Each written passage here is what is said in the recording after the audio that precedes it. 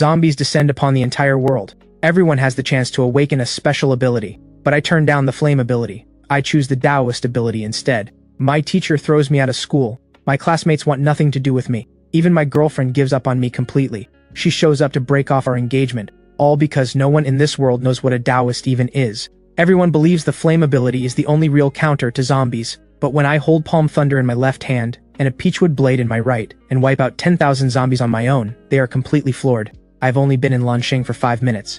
3 glowing energy orbs float in front of me. Hundreds of students and teachers crowd below the awakening platform, each wearing a different expression. Envy, jealousy, hatred. I am utterly dazed when a flood of memories crashes into me the next second. My jaw drops. The world I am standing in is a world overrun by zombies. Not the flesh-eating kind, but the hopping, bouncing kind from old classic films. According to the former soul's memories, zombies are completely immune to conventional weapons. Modern firearms do nothing. Only the gift skills of the awakened can destroy them. But gifts are not created equal. Skills from weak gifts cannot even break through a zombie's defense. Only after reaching level 3 and unlocking the ultimate skill can you take down the lowest tier zombie, the Shambler, let alone the higher tiers, Verdant Corpse, Obsidian Corpse, and Main Corpse, or the legendary ones known as the Undying. But the powerful gifts, like the skills from the flame ability, deal damage to zombies several times greater than any other gift, sometimes dozens of times more. And right now, I am at the moment of choosing my gift. What I never expected is that among the 3 gifts floating before me, one of them is the flame ability. No wonder the students below the platform are looking at me like they want to tear me apart. I shake myself out of my daze and take a close look at all 3 gifts in front of me. Besides the flame ability, there is a support ability and a Daoist ability. Wait, Daoist? My breath catches. In this world, no one has any memory of what a Daoist is.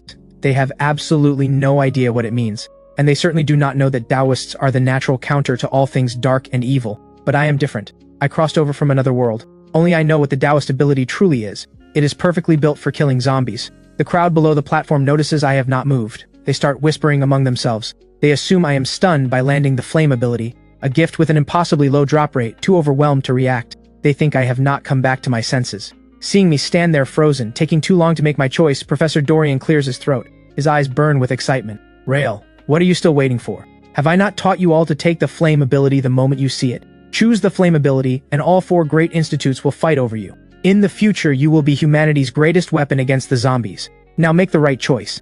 I snap back to attention and give Dorian a nod. Professor, I understand. Dorian flashes me a satisfied smile. He can barely contain his excitement. Only 2 people in the entire city have drawn the flame ability, and one of them is his own student. After today, Dorian will be the most famous professor in the city. His year-end bonus will triple for sure. He might even get promoted to vice principal. He watches as I reach out toward the gifts. His eyes light up instantly. The smile on his face grows wider, but the next second, that smile freezes solid, because I do not choose the flame ability. Instead, I reach for the Daoist ability and awaken it. Every student and teacher packed below the platform freezes solid on the spot. Mouths hang open. Everyone stares at me in disbelief. 1 second later, the crowd below erupts. What, Rael? He passed on the flame ability. He actually chose some Daoist ability nobody has ever heard of. Ha, I'm dead. This is hilarious. Did his hand slip or something? He must be regretting every life choice right now. Laughter ripples through the crowd. Professor Dorian clenches his teeth. Rael, what on earth are you doing? You had the flame ability right in front of you, and you picked Daoist? That sounds like a support class at best. Do you have any idea how rare the flame ability is? You are throwing away a treasure. I do not care about the rage in his eyes. I stay completely calm. Professor, I believe the Daoist ability is more useful than the flame ability. Who is the professor here, you or me? You think it's useful? I would have wiped out winged corpses by now. From this moment on, don't you dare say you are my student.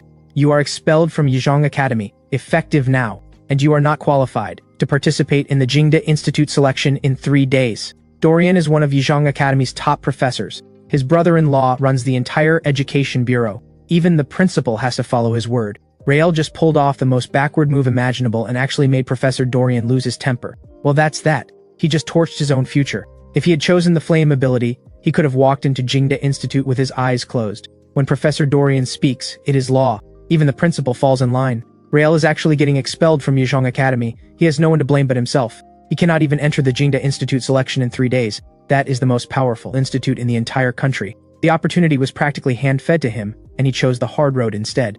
I ignore the noise from the crowd. I do not bother explaining myself to Dorian either. Instead, I focus on what is right in front of me, because a system panel has just appeared before my eyes. At the same time, a system chime sounds in my ear. Daoist ability successfully fused. Name Rael. Ability Daoist. Current rank Daoist level 1. Rank up condition. Eliminate 5 violet corpses. Passive gift Exorcist's Edge.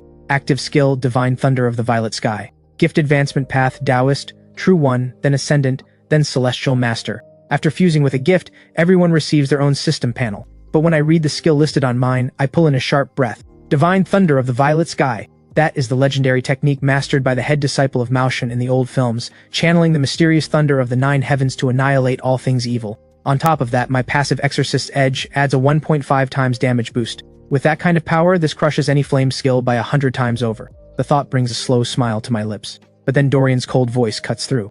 Done with your awakening? Then get out. Waiting for me to thank you?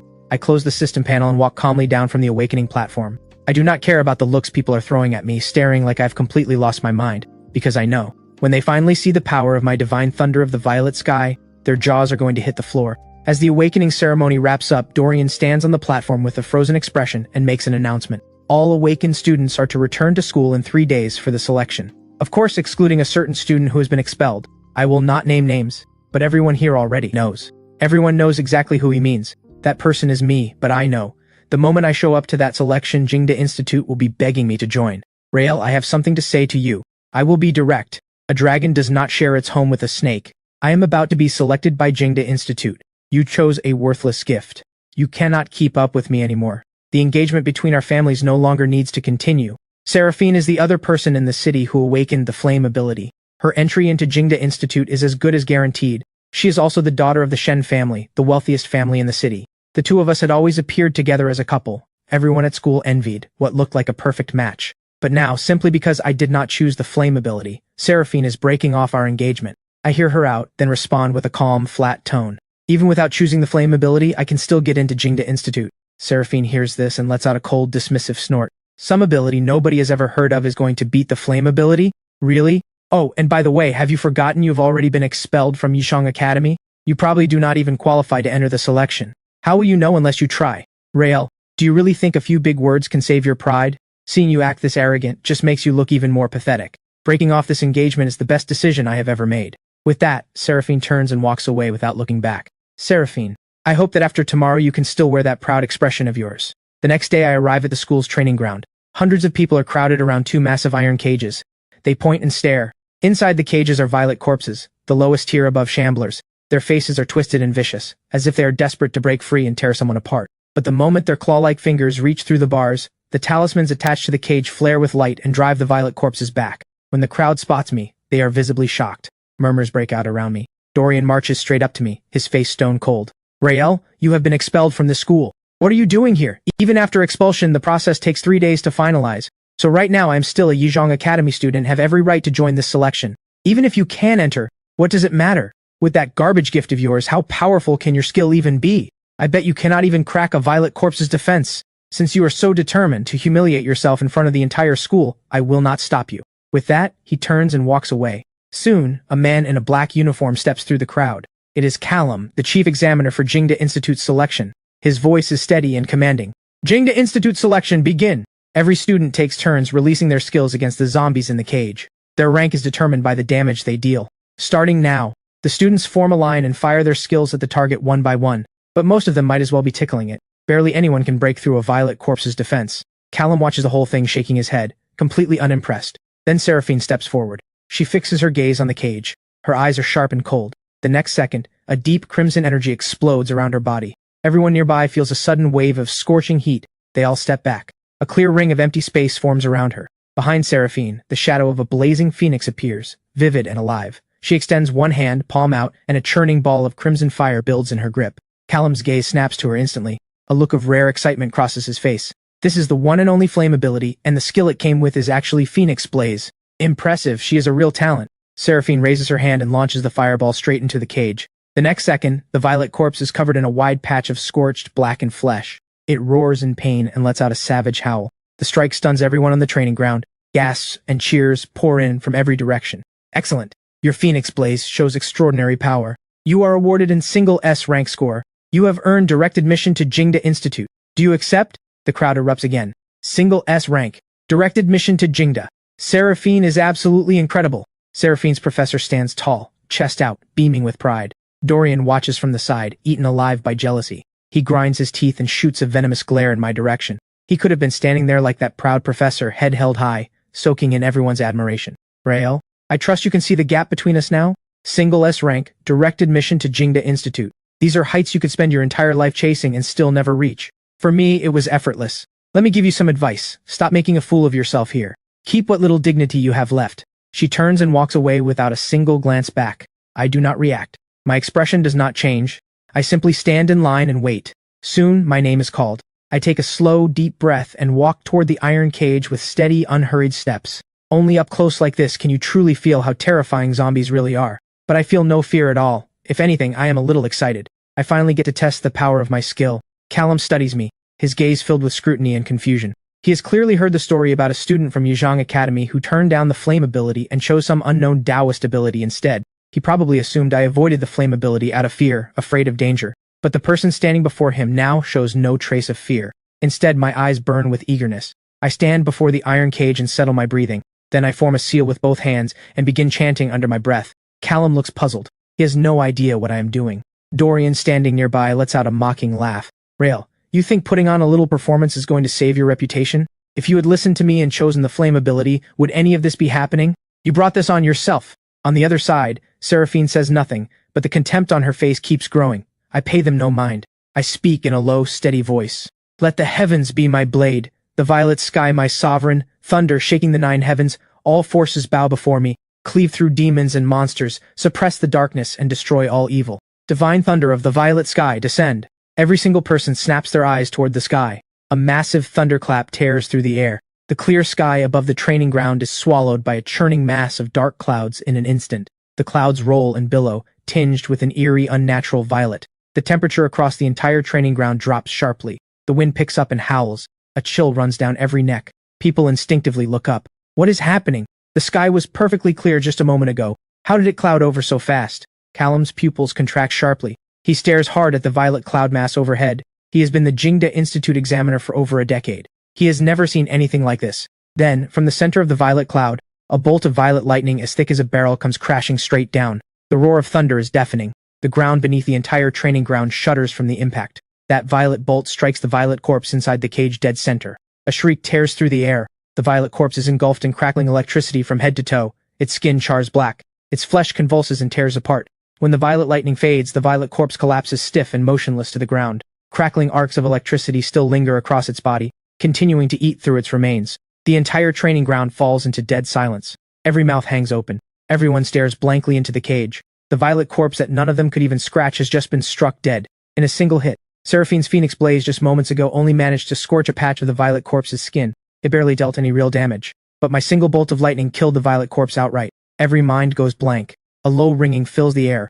This is the Daoist ability that everyone laughed at. The skill is absurdly, unfairly powerful. Dorian stands there stunned on the spot. He points up at where the lightning struck, his mouth opening and closing several times without a single word coming out. Just moments ago he was mocking me for putting on a show. Now his face is being slapped raw by reality. Seraphine stands frozen where she is. She looks at me, then at the charred remains inside the cage, her lips trembling slightly. Impossible. This is absolutely impossible. Her flame ability is ranked #1 in the entire city. Her phoenix blaze is the most powerful skill at her level. But now, some unknown Daoist with a skill he just awakened has one-shotted a violet corpse. A faint smile tugs at the corner of my mouth, but inside, I am completely calm. With the raw power of divine thunder of the violet sky, plus the 1.5 times boost from my passive exorcist edge, taking down one violet corpse is nowhere near the limit of what this skill can do. I know this better than anyone. Even if 10 violet corpses showed up at once, I could wipe them all out in one shot. Callum snaps out of his daze. Excitement surges through him instantly. He rushes to the cage in a few quick strides and crouches down, carefully examining what is left of the zombie's body. The closer he looks, the brighter his eyes become.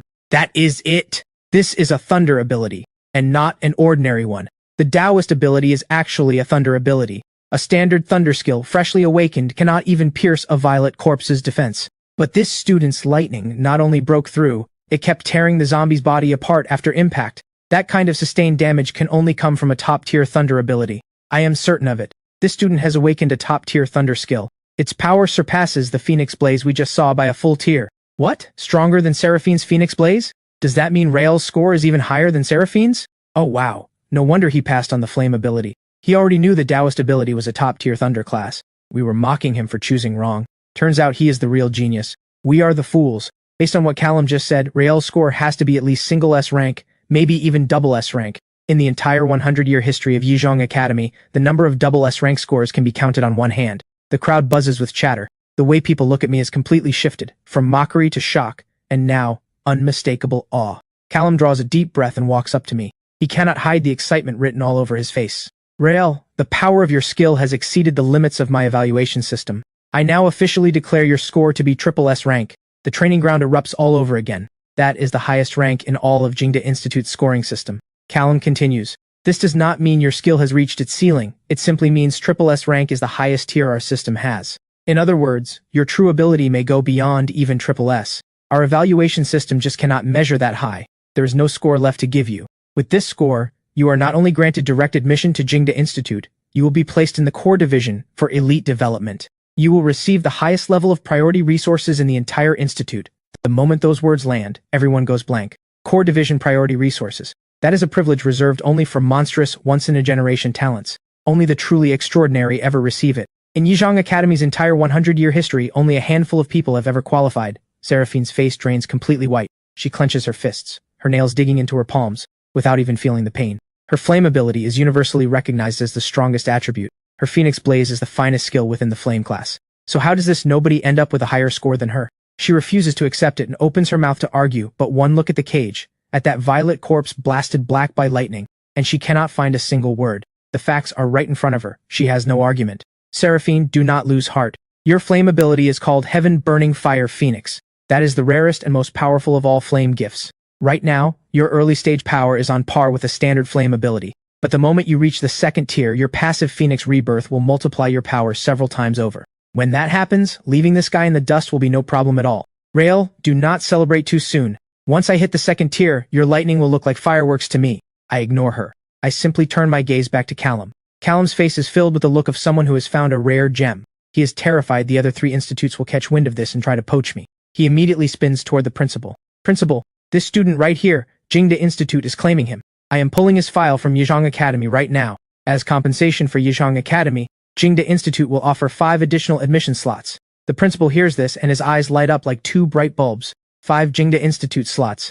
That is something most principals do not even dare to dream about. Of course. Callum, I will have his file transferred immediately. But right at that moment, I speak up. I am sorry, Callum, but I have already been expelled from Yizhong Academy. The entire training ground goes quiet again. The principal's smile freezes on his face. That is no issue at all. We will treat you as a Jingda Institute special recruit. We will create a new academic record for you from scratch. As for the 5 slots we offered Yizhong Academy, since you are no longer a Yizhong student, those will be cancelled. The principal hears that and looks like his whole world has crumbled. The prize was right in his hands and now it is gone. 5 slots. Do you have any idea what that is worth? He whips his head around and locks a murderous glare onto Dorian. That look could swallow Dorian whole and spit out the bones. Dorian, get over here right now. You tell me, how exactly did Rael end up expelled? Who authorized it? Principal, that was my decision. Your decision? Who do you think you are? This is a triple S ranked talent, a priority student for the core division, and you expelled him just like that? I think your days as head of year are finished. Dorian's knees buckle. He almost drops to the ground. He knows this time it is truly over, but he is not ready to go down without a fight. He makes one last desperate move.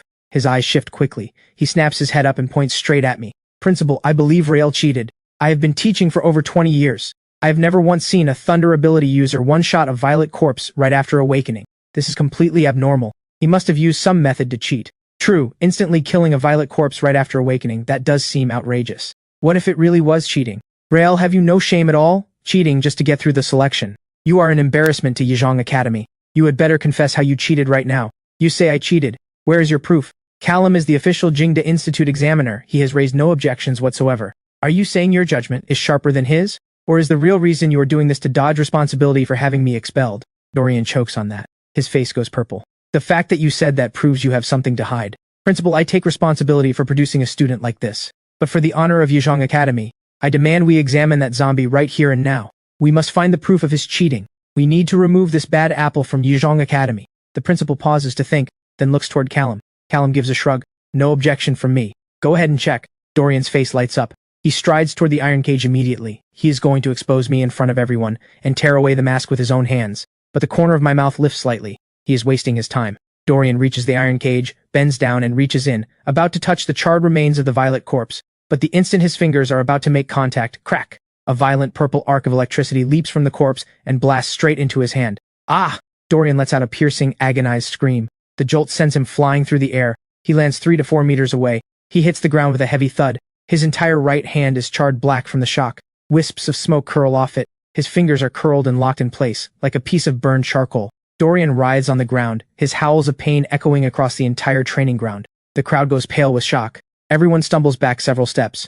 I stroll forward at a leisurely pace and let out a cold laugh. Who said divine thunder of the violet sky can only kill one violet corpse? There was only one in the cage, that is all. Its full power has not even been shown yet. The aftershock of violet lightning is not something you touch lightly. Learn that the hard way. Dorian lies on the ground, twitching in pain, while staring up at me with wide, hollow eyes. Not a single word comes out. Everything is perfectly clear now. The principal walks over with a dark expression. Dorian, stop embarrassing yourself. Effective immediately, your position as head of year is revoked. Your year-end bonus is cancelled in full. Go back and await further disciplinary action. Dorian hears those words and collapses where he sits. It is over. All of it. It is over. I turn and walk back to Callum. Callum, I accept Jingda Institute's offer. Callum's face immediately breaks into a wide smile.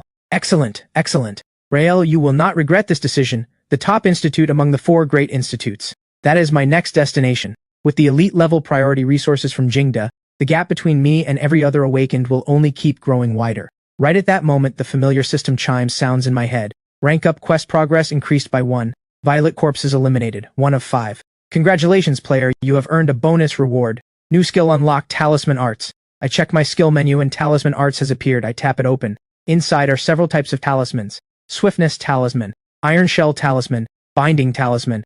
I breathe in sharply. This is too good to be real. Every single one of these is a signature tool used by the Maotian Daoist masters. I force down the excitement rising in my chest and keep my face perfectly still. The ceremony wraps up shortly after. Students drift away in small groups. But every glance thrown my way has completely changed. Rael, Seraphine's voice comes from behind me. I admit your score today was higher than mine, but do not celebrate yet. Once my gift reaches the 2nd tier and Phoenix Rebirth awakens, that is when things really begin. By then you will be no match for me.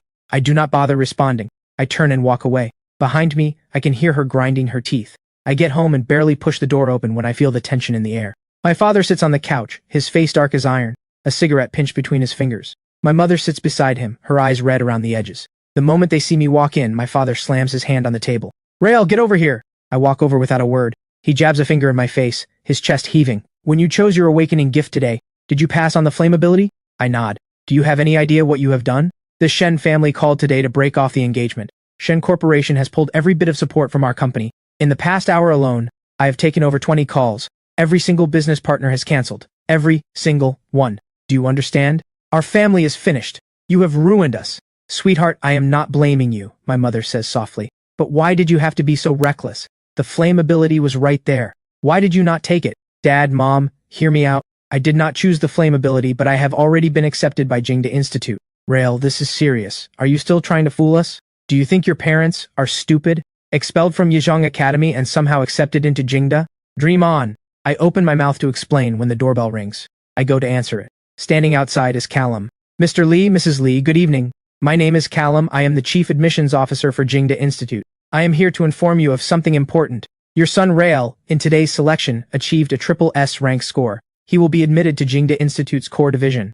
A dedicated vehicle will arrive in 7 days to bring him to Jingda for enrollment. Please make sure he is ready. My father stands completely frozen. His mouth drops open wide enough to fit an egg. My mother's teacup slips from her hands and shatters on the floor. Triple S rank!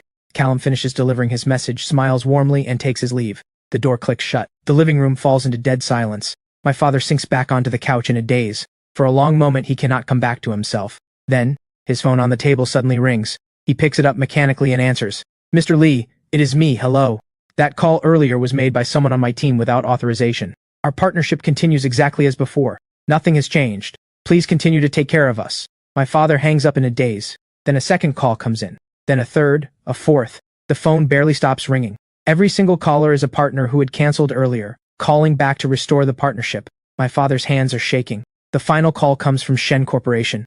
Mr. Lee, we must apologize for our behavior earlier. We have decided to increase our investment in your company. And about the engagement we mentioned, breaking off, that was our family being out of line. Seraphine deeply regrets it as well. We would like to ask whether the engagement can be restored. Dad, Mom, if there is nothing else, I will head back to my room. Back in my room, I close the door and open the system panel. I pull up Talisman Arts. Into my mind, knowledge about talismans flows in like a steady current. The brushwork for drawing them, the mixing of cinnabar ink, the selection of talisman paper. Every detail is crystal clear. I pull out the yellow talisman paper I had bought earlier from my bag, grind a dish of cinnabar ink, pick up my brush, and begin drawing the first swiftness talisman. I close my eyes and recall every key detail. Then my eyes snap open. I press the brush to paper. The strokes flow like a dragon cutting through the air. In under a minute, the swiftness talisman is complete. The whole talisman glows with a faint golden light. I did not expect to get it right on the very first try. I press the talisman onto my body. Instantly, my feet feel light as air. It feels like I am standing on wheels of wind and fire. I dash forward a few steps to test it.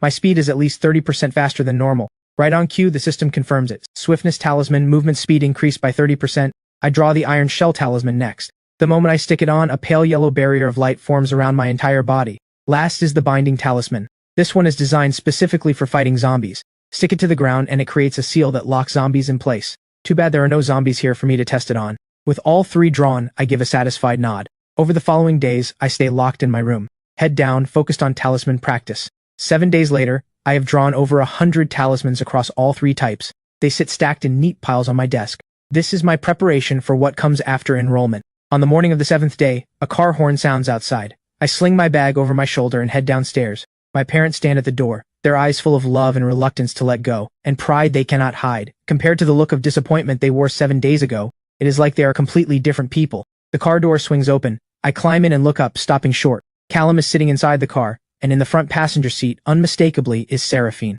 Rael, do not be surprised. You and Seraphine are both top talents of this intake. I made a point of coming personally to pick you both up. The car eases forward and heads toward Jingda Institute. Seraphine is in the front seat. From the moment I got in, her eyes keep drifting over to me. So, Rael, have you been training at home lately? Her tone is noticeably softer. Nothing like the cold, distant attitude she had before. Whether I train or not is none of your business. I heard that in this intake. Entering Jingda, there are 10 single S rank students total. And for triple S rank, besides you, there is one more. Hey, did you hear about this? The freshman assessment this time is apparently being held in a place called Dragon's Blood Forest. And I also heard there is a separate entry trial. No idea what exactly it involves, but it sounds like it's going to be tough. We have barely reached the front gate of Jingda Institute when the car comes to a stop. Callum gets out first to handle the paperwork. That leaves just me and Seraphine in the car. I push the door open and I'm about to step out when Seraphine suddenly reaches out and grabs my arm. I turn to look at her. She bites her lip, visibly hesitating for a long moment. Finally, she speaks. Rael, what happened with the engagement was my family's fault. I have been thinking about it for days. I have decided to give you another chance. Our engagement can be restored. I pull my arm free from her grip and say flatly, I am sorry, but I do not make a habit of picking up trash. Seraphine freezes on the spot. Then her face flushes a deep, burning red. Rael, what did you just say? Rael, you are going to regret this. I will make you regret every word you just said. I do not look back. Just a cold smirk on my lips as I walk away. But the moment I step out of the car, I stop dead. What is in front of me is not Jingda Institute at all. It is a rundown, dilapidated village. The dirt road is full of holes and uneven ground. The buildings on both sides are made of dark brick and gray tile. Dead weeds cover every rooftop. But the most unsettling thing is this. Above every single rooftop curls a faint trail of dark shadowy mist. It is deeply, bone-chillingly eerie. Just looking at it makes your skin crawl. A dozen or so new students stand nearby. Every single face looks completely lost. Callum, where exactly are we? Are we not supposed to be reporting to Jingda Institute? This is your reporting location. Your first starter trial, the zombie village trial? Something stirs inside me. I had not expected this world to have trials. Callum turns to face us. Your entry assessment takes place right here. The mission is simple. Kill zombies. Callum, we only awakened a few days ago. You are already putting us up against zombies? Is that not too much to ask? What if someone gets killed? Relax. Most of what is in this village are shamblers, the most basic form of zombie. They have not evolved into violet corpses yet. As long as you do not let them swarm you, the skills you have awakened should be more than enough to handle them. Right then, a tall, broad-shouldered guy strides out from the group. He carries himself with a strong, upright build and a look of arrogance baked into his features. He walks straight up to me and tilts his chin up at me. So you are Rael? I have heard of you. Triple S rank score, same as me. My name is Zane. On the enrollment list you are the other Triple S who placed above me. When we go into that village, you had better hope we do not run into each other. Because if we do, I will show you who the real number one of this intake is. I cannot be bothered. I turn to leave. What, scared? If you are scared, go home. Stop embarrassing yourself. I stop. I turn and give him one look, calm and flat, the way you look at a clown trying to put on a show. That look makes Zane uneasy, but he refuses to back down. He puffs his chest up high. To prevent any accidents, Callum says, everyone will receive a protective ring. Put them on. He pulls a box from behind him and hands out a pile of rings. He distributes them one by one. Each ring can block one fatal attack and will instantly teleport you out of the village. Or, when your level reaches 10, it will automatically extract you as well. Remember, the trial has a 5-hour time limit. Assessment, begin. The words have barely left his mouth when my vision blurs. An invisible force pulls me away, and the next second I am already standing in a narrow alley deep inside the village. I take a slow breath. This place is thick with dark energy. Just standing here sends a chill crawling up my spine. I do not rush in. First, I pull out a few talismans and apply one swiftness talisman and one iron shell talisman to my body. My body feels instantly lighter. A pale yellow shield wraps around me. Now I feel ready. I scan the area with a quick look and pick the nearest rundown house. I push the door open and step inside. Creak. The wooden door lets out a sharp grating sound. Inside, the light is dim. The dark energy in here is several times heavier than outside. I squint and use the light filtering in from the doorway to get a clear look. My breath catches. Right in the center of the room, 3 coffins are lined up in a neat row. A thick layer of dust coats each lid. I have barely found my footing when I hear a hollow thumping from inside the coffins. Bang! The lid of the leftmost coffin is shoved open from within. A pale, dusty arm reaches out. Then a shambler sits upright and drags itself out. Its body is completely rigid. Its skin is a dull ashen gray. Its eye sockets are sunken and hollow with no eyeballs at all, just 2 faint, glowing green orbs of light. Its neck rotates slowly, letting out a grinding crack of bone on bone. It locks onto me. Then the other 2 coffins burst open one after another. 3 shamblers claw their way out, arms outstretched, hopping forward, lunging straight for me. I step back twice and raise my hand, and a crack of thunder follows. Lightning comes down and hits the leading shambler dead on. It drops instantly. Its body is charred black. Not a twitch. The remaining 2 shamblers keep hopping forward. I flick my wrist and send a binding talisman slapping onto the floor. A small ceiling formation takes shape. The 2 shamblers hop right into it and are locked in place immediately, unable to move their legs. All they can do is stare. Unhurried, I call down 2 more bolts of divine thunder of the violet sky. Both shamblers go down instantly. The system chimes in my ear. Shamblers eliminated. 3. Experience points gained. Current level, 2. A faint smile crosses my lips. I am leveling up faster than I expected.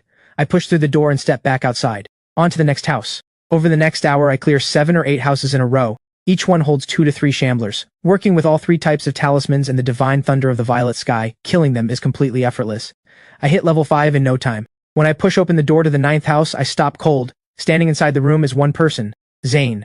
Zane sees me and pauses for a second. Then a slow, knowing smirk spreads across his face. Rael. What a coincidence. I do not respond. I turn to leave. I have no interest in wasting words on someone like him.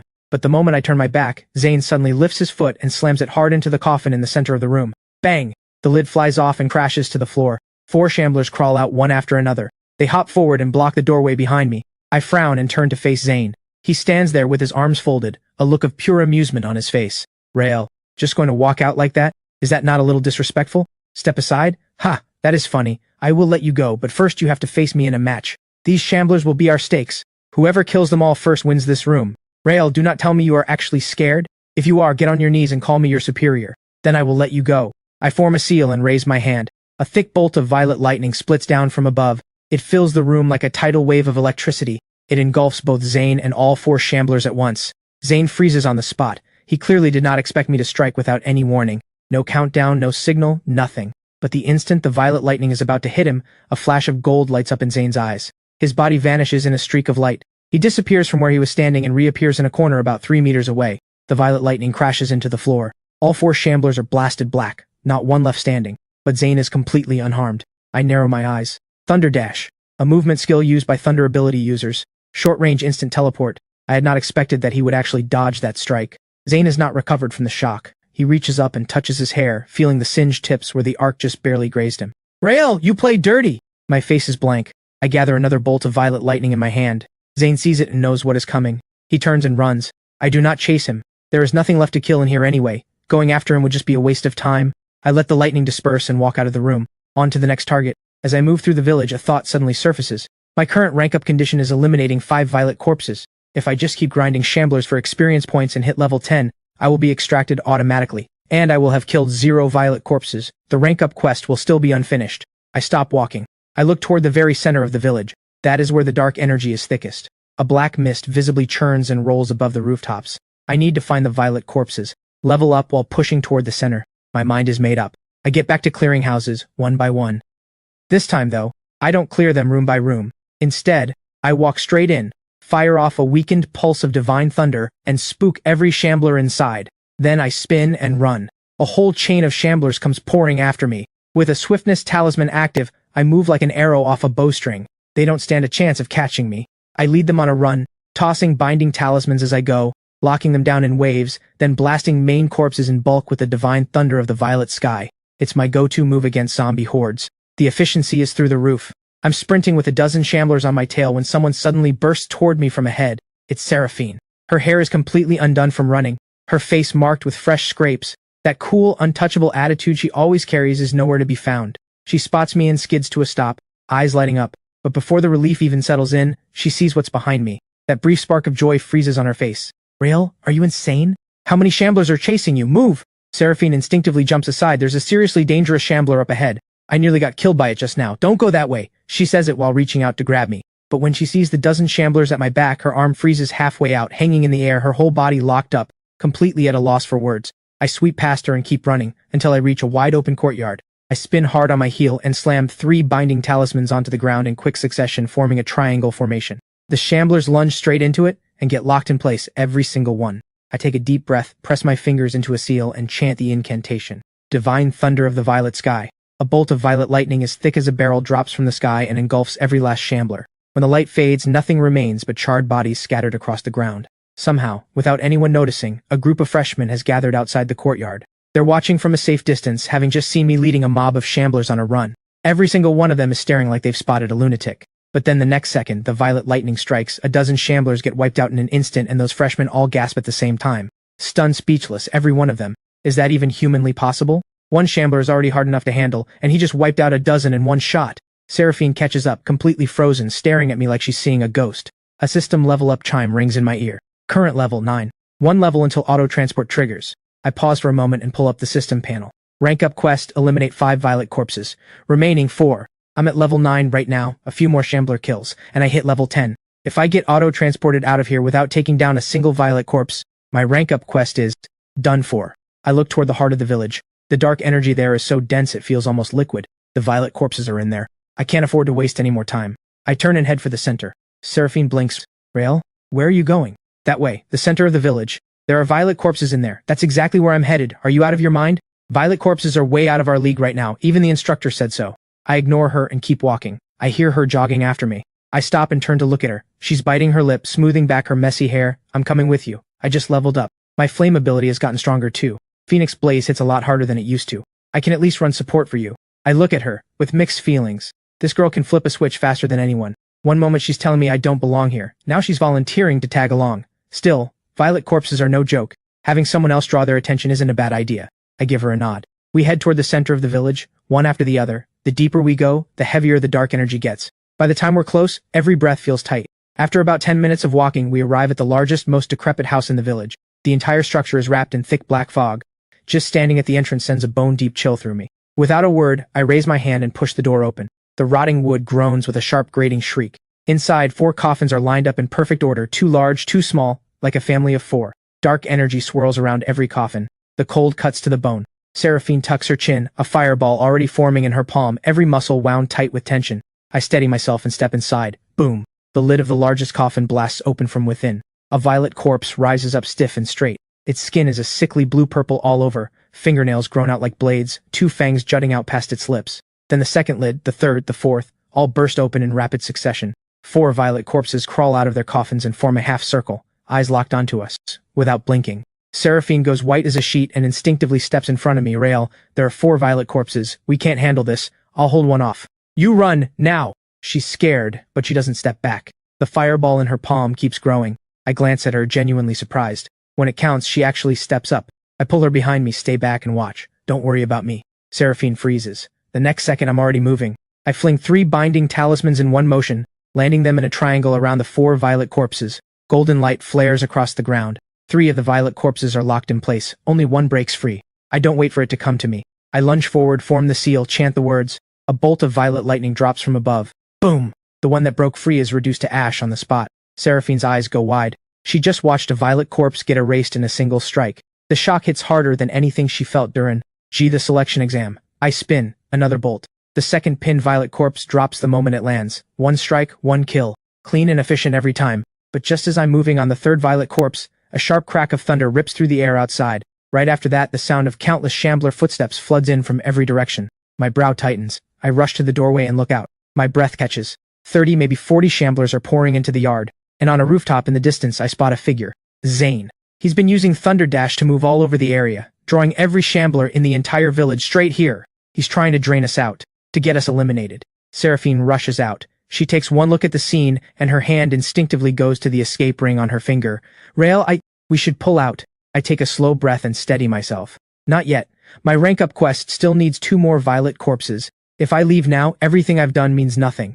I turn to Seraphine, pull her aside, dig 3 talismans out from my coat and press them into her hands. Listen.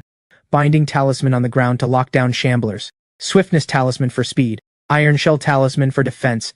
Keep those shamblers off me for 5 minutes.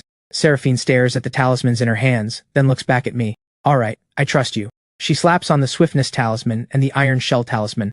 Her speed visibly jumps. A pale golden barrier wraps around her body. Hey, over here, right here. The shamblers fall for it instantly, every one of them lurching after her at once. I spin back inside immediately and focus on the remaining violet corpses. Violet lightning gathers in my palm. I send it straight at the third one. It's struggling against the binding talisman when the lightning hits. It drops right there. One left. I breathe in deep and push the power of the divine thunder to its limit. Boom! The lightning falls.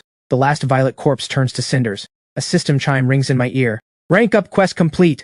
Violet corpses eliminated. Quest progress 5 of 5. Congratulations, player. Daoist ability has advanced. True Adept unlocked. The system panel appears before me. New skill unlocked. Golden light seal. Projects a golden barrier around the body. Passive. Exorcist's edge activated. Evil cannot approach. Divine thunder of the violet sky power increased by 50%. Duration of all 3 talisman types doubled. Current tier, second tier. Next stage, rank up condition, eliminate 10 pale corpses and 1 verdant corpse. Second tier to third tier. Level requirement, 30. A surge of pure joy rushes through me. Not only do I have a brand new skill, the divine thunder of the violet sky is stronger than before, and all my talismans last twice as long. This is a massive upgrade. But this isn't the time to celebrate. Seraphine is still out there playing tour guide for a mob of shamblers. I need to move. The moment I burst through the door, I spot Seraphine in the distance. She's gasping for breath as she runs, her face drained of color, the horde behind her growing by the second. She's clearly at her limit. Her hand drifts toward her ring. She's about to activate the escape ring. Not on my watch. I don't hesitate. I press the seal and chant. Divine thunder of the violet sky, strike. The upgraded lightning hits at least twice as hard as before. Dark clouds churn overhead. A violet bolt as thick as a barrel plunges from the sky, landing dead center in the shambler horde. Boom. When the thunder clears, the ground is scorched black. Every last shambler in the mob drops at once. Not one remains. Seraphine stands there panting, staring blankly at the corpses littering the ground, unable to process what just happened. She turns to face me, eyes filled with pure disbelief. Rael, your lightning got even stronger? On a rooftop nearby, Zane has been watching all of this. He's completely still. Rael ranked up in just a few hours. That guy actually reached the second tier. Zane's fists clench hard. A cold, vicious light flickers in his eyes. The next second, he grits his teeth and crushes his own escape ring. His body dissolves into a streak of light and vanishes. Before he disappears, he fixes a long, piercing stare in my direction. That look is cold and venomous, like a snake sizing up its prey. I don't give it a second thought. I walk over to Seraphine and take back the talismans. Come on. Absorb the EXP. She hesitates, a little sheepish. They're already dead. Grabbing the XP is the least you can do. She relaxes at that and closes her eyes. A soft red glow pulses around her. Less than a minute later, she opens her eyes. Something about her has shifted entirely. The joy on her face is impossible to hide. I reached the second tier! I give her a nod. The ring on my finger suddenly lights up. A beam of golden light wraps around me. A wave of dizziness hits. The next second, Seraphine and I are standing outside the village. Callum is already waiting outside. When he sees us emerge, his eyes light up. He's just about to speak when a figure comes charging over. Zane. He's clearly been waiting out here for a while. Face twisted with fury, pointing straight at my face and letting loose. Rael, you fight dirty. You just opened fire inside without any warning, not even a heads up. You nearly fried me alive. Zane, you're not exactly clean either. You were using Thunder Dash all over the village center, funneling every shambler straight toward us. Using someone else's blade to do your dirty work, right? 1 move each. We're even. Zane chokes on a comeback. His face goes red. He jabs a finger at me, but not a single word comes out. Rael, don't get too comfortable. I'll give you that, you ranked up fast. But I've reached the second tier too. Among all the freshmen at Jingda Institute this year, I am the strongest. Next time we meet, I'll show you what that means. He turns and storms off. Callum watches all of this unfold, then gives me a long, knowing look without saying a word. Just a faint smile at the corner of his mouth. I watch Zane's figure disappear into the distance and let out a quiet, cool laugh. Strongest? We'll see about that. Callum steps in front of us. Rael, Zane, Seraphine, congratulations. Following Jingda Institute tradition, freshmen who successfully advance to the second tier will be personally selected and mentored by senior instructors. Please welcome the 4 instructors. The words have barely landed when 4 figures drop from above, landing cleanly in front of us. The one in front is a middle-aged man, powerfully built, dressed in a black uniform with a flame emblem stitched across the chest. He folds his arms and sweeps a glance across the crowd. My name is Cinder, 4th tier, flame ability. Next, a lean and wiry man steps forward, Volt, 4th tier, thunder ability. The third is a man whose build is almost absurdly massive, name's Rex, 4th tier, physical ability. Last is a middle-aged woman wearing glasses, I'm Lyra, 4th tier, psychic ability. The students erupt instantly, buzzing with hushed excitement. That's Instructor Cinder. I just saw him on the news a few days ago. He took down a Verdant Corps solo. Instructor Volt, ranked first among Jingda Institute's top 10 awakened last year. Instructor Rex, rumor says he can cave in an obsidian corpse's skull with one punch. Instructor Lyra, one of the top psychic ability users around. The moment Zane hears Volt's name, he straightens up instantly, face lit up with excitement. Volt is widely considered the most popular instructor at Jingda Institute. With Zane's thunder ability, getting picked by Volt feels like a done deal. He strolls over to me with a smug look. Rael, let me spell something out for you. Out of these 4 instructors, Cinder is flame ability. That lines up with Seraphine. Volt is thunder ability. That lines up with me. Rex is physical ability. Instructor Lyra is psychic. But you? Daoist ability. Nobody's ever even heard of it. Not one of these 4 instructors matches up with what you have. So what if you hit the second tier? Without a mentor who matches your ability, you've already hit your ceiling. Give it 6 months, you'll fade into nothing. I don't bother responding. Zane takes that as a sign he's landed a hit and grins even wider. Then the next second, something happens that wipes that grin clean off his face. None of the 4 instructors even glance at him. Rael, I reviewed your performance in the trial. You don't have a flame ability, but that destructive power of yours, that lightning, I want it. Train under me. I'll give you 3 premium spirit vials every month, Cinder. That's not fair. Rael's lightning-based. He and I are cut from the same cloth. Come with me. I'll pass down every last thunder technique I've been sitting on for years. Look, I'm physical ability, sure, but I can give the kid armor no one else can match.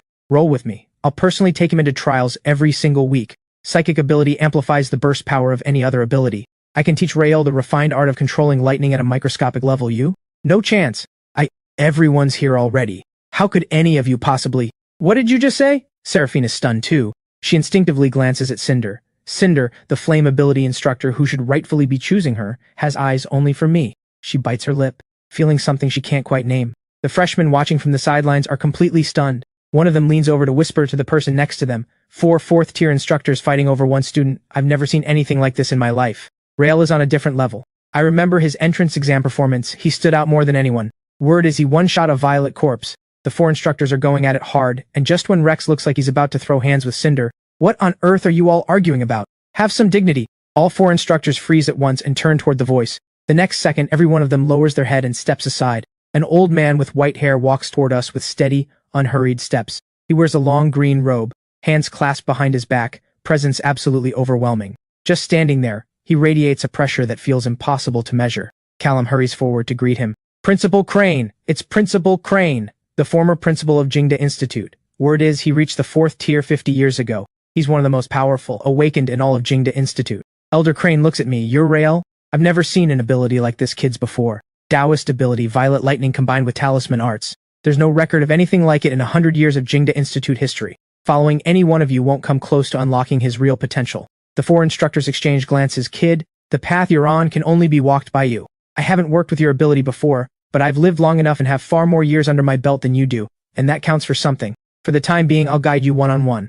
That is, if you're willing. I take a slow breath and bow with both hands, as respectfully as I can. Thank you, Principal Crane. In that moment, the entire plaza falls completely silent. Every freshman stares like they're looking at something that shouldn't exist. Personal one-on-one guidance from the principal himself. This kind of treatment, you could search 100 years of Jingda Institute history and barely find a handful of cases like this. Zane walks away, face dark as iron, knuckles cracking as his fists tighten. The jealousy in his eyes is barely contained. Cinder notices and walks over to Seraphine. Seraphine, train under me. I see real potential in you. Seraphine blinks and nods mechanically, but her gaze keeps drifting over to me. Her expression a tangle of things she can't quite sort out. The ceremony ends. Elder Crane leads me deeper into the Jingda Institute grounds, winding past several academic buildings until we reach a quiet, secluded courtyard. Come, let me walk you through what's ahead. Inside the courtyard, Elder Crane settles into a seat at the stone table. Rael, come here. What's your current level? 2nd tier, level 8. The jump from 2nd tier to 3rd tier is the most critical stage for any awakened. The common belief is that level 30 is the threshold, but that's only the bare minimum. If you want to reach your real potential, Push yourself to level 40 before breaking through. Build a solid foundation now. That's the only way you'll have a real shot at the 4th tier later. I take that in and nod, but there's a hard cap at the 2nd tier. Normal training can only take you to level 30. To push past that limit, you need something special, a netherstone. In 2 weeks, the 4 Institute Freshman Tournament is set to begin. First place comes with a netherstone as part of the prize. That's the real thing you're competing for, but to enter the tournament, you first need to earn one of Jingda Institute's 10 freshman slots. One of those 10. I have to get that spot. Elder Crane pulls a small vial from his robe and hands it to me. This is a basic spirit vial issued by the school. Every freshman gets one. It supports cultivation. But you can't use it yet. Why not? A spirit vial replenishes spiritual energy, but only if you already have your own spirit circulation method. Without one, the energy you drink down simply won't absorb. Then how do I get a spirit circulation method? The gravity chamber. Use the pressure to force out what's locked inside you. From there, you awaken your own method naturally. Everyone's method is different. But the higher the grade of your method, the more meridian nodes it unlocks. The stronger your method, the more freely and powerfully you'll be able to wield spiritual energy down the line. The next morning, I head straight to the gravity chamber. The moment I reach the entrance, I can already hear the heavy, strained breathing from inside. I push the door open. Over 20 freshmen are already in there. Everyone is positioned differently. Most have clustered in the 10 times gravity zone, which is about the limit a regular person can handle. But Zane and Seraphine, the standout prodigies, are in zones above 20 times. I scan the room and spot Zane at 28 times gravity, grinding through it with gritted teeth, body pressed to the ground, sweat pouring off him. When he sees me walk in, Zane's eyes sharpen. Rail, come on then. Let's see how many times you can handle. I ignore him and walk forward, sensing the shift in gravity as I go. I keep moving, steady and calm, walking straight past Zane and into the 35 times gravity zone. The moment I step inside, a crushing weight slams down on me from all sides like several elephants stacked on my shoulders. Breathing becomes an effort instantly. But this is exactly the level I need right now. Zane stares as I step into the 35 time zone. He blinks. Rail, are you seriously doing this just to look good? My instructor told me 28 times is my sweet spot. You're jumping straight to 35? You trying to get crushed? He says that, but there's a flicker of unease in his eyes. He could push into 35 times if he really forced himself, but he couldn't hold it for long. I ignore him and close my eyes to begin sensing. The moment my eyes shut, I feel a warm current of energy stir inside me and begin circulating on its own. It's the golden light seal activating automatically, wrapping around my body, softening part of the crushing pressure. That's unexpected. The golden light seal doesn't just protect against evil, it can actually ease physical pressure during cultivation too. I breathe in deep and let my mind sink completely inward. The seconds tick by.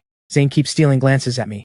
Seeing me sit cross-legged, with my eyes closed, completely motionless, he lets out a satisfied smirk. He had already unlocked his own spirit circulation method and successfully opened 283 meridian nodes, a result that ranks in the top 5 among all freshmen in Jingda Institute history.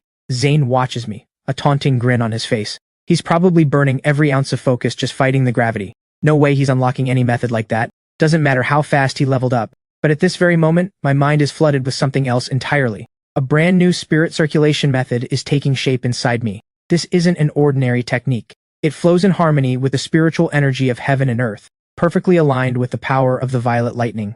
Tai Spirit Bloom Art. The name surfaces in my mind out of nowhere. The instant it fully forms, the spiritual energy inside me begins moving along a precise, predetermined path. The first meridian node cracks open, with a soft pop. Then the second, the third, the 10th. My condition keeps improving with each one, and the crushing gravity pressing down on me from outside is actually fueling the process, helping me push through node after node. Zane can't take it anymore. He grits his teeth and powers through, then gulps down his spirit vial. His spiritual energy surges. He climbs quickly to 2nd tier, level 10. He opens his eyes and shoots me a self-satisfied look. Rail, check it out, 2nd tier, level 10. What about you? Still grinding away over there? Don't tell me you haven't opened a single meridian node. I don't respond. I'm completely locked in. Boom.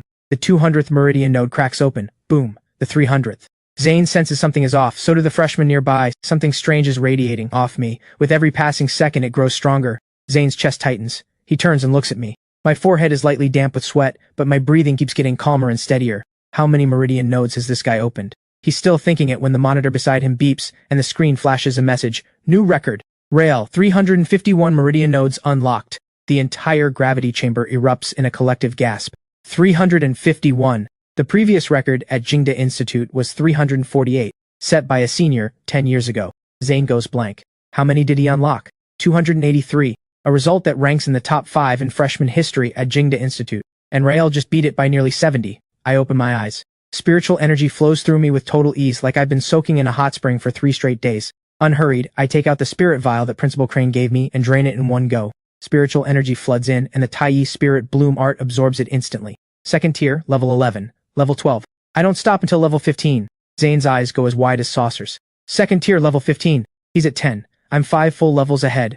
I walk out of the gravity zone and Zane opens his mouth but nothing comes out. He just stands there, frozen. Word spreads fast from the gravity chamber. In less than an hour, the entire Jingda Institute explodes. Freshman Rael has unlocked 351 Meridian nodes and shattered a 100-year record. The school's internal forum is instantly buried in posts about it. For a moment, I become the most talked about name at Jingda Institute. I don't pay any of it attention. I just take a slow stroll around campus, processing the spirit circulation method I unlocked today as I walk. When I reach the area near the plaza, I stop. My brow furrows. Several large iron cages are lined up in the center of the plaza, but inside the cages they're not zombies. They're students. Men and women both. Every face tinged a sickly gray-green. Some of them wrapped in bandages, clearly having been through something serious. I walk over and find Callum there, directing a few staff members. He turns, sees me, and waves me over. Rael, good timing. These are students from the year above. During trial training, they got scratched or bitten by zombies and contracted corpse venom. Corpse venom? Then why are they in cages? With current medical technology, corpse venom can't be removed. All we can do is combine sunlight exposure with their own cultivation efforts to purge it slowly. But it's a long process. Minor cases are manageable, but severe cases carry a real risk of zombie mutation. That hits me hard. I walk up to one of the cages. Inside is a young man. He's clearly out of his mind. His body shakes uncontrollably.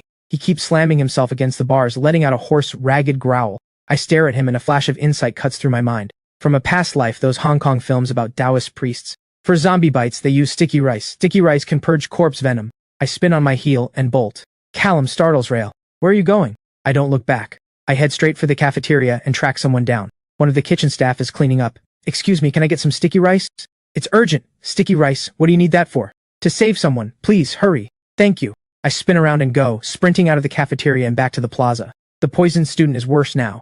His skin is turning a deeper shade of blue-green, his teeth elongating one by one. The signs of mutation are unmistakable. The school doctor and staff are shaking their heads. I reach the cage, out of breath, and move to open it. Callum grabs me. He moves fast, Rael. Are you crazy? That student is about to mutate. I shake free and charge straight into the cage. The student sees me coming and lunges at me with a feral roar. I grab a handful of sticky rice and press it directly onto his bite wound. The next second, the blue-green spreading across his skin visibly recedes. In just a matter of seconds, color begins returning to his face. He collapses to the ground, falling into a deep sleep. But his breathing is steady now. The corpse venom at the wound has clearly been suppressed. I wipe the sweat from my face and walk out of the cage. The entire plaza is dead silent. Callum's mouth hangs open. The school doctor's medical kit hits the ground with a smack. They're all staring at the student inside the cage, completely unable to believe what they just saw. Sticky rice. Sticky rice can actually counter corpse venom? How is that even possible? Rael, how did you know sticky rice could purge corpse venom? Where did you learn this? I'm not entirely sure myself. I once heard an old man mention it in passing. He said sticky rice carries yang energy, which can overcome yin-based evil. I figured it was worth a shot, Rael. You've done something incredible. This is a massive contribution. He immediately pulls out his radio and calls it in. In under 5 minutes, several senior school administrators come rushing over, every one of them looking at me like I'm made of gold. Rael, you mentioned sticky rice can counter corpse venom. Are there any other things like that? Well, I think a peachwood blade might be able to hurt zombies. And black dog blood, both of these might work against zombies too. A peachwood blade and black dog blood, that sounds completely out there. But get it tested immediately. The school moves fast.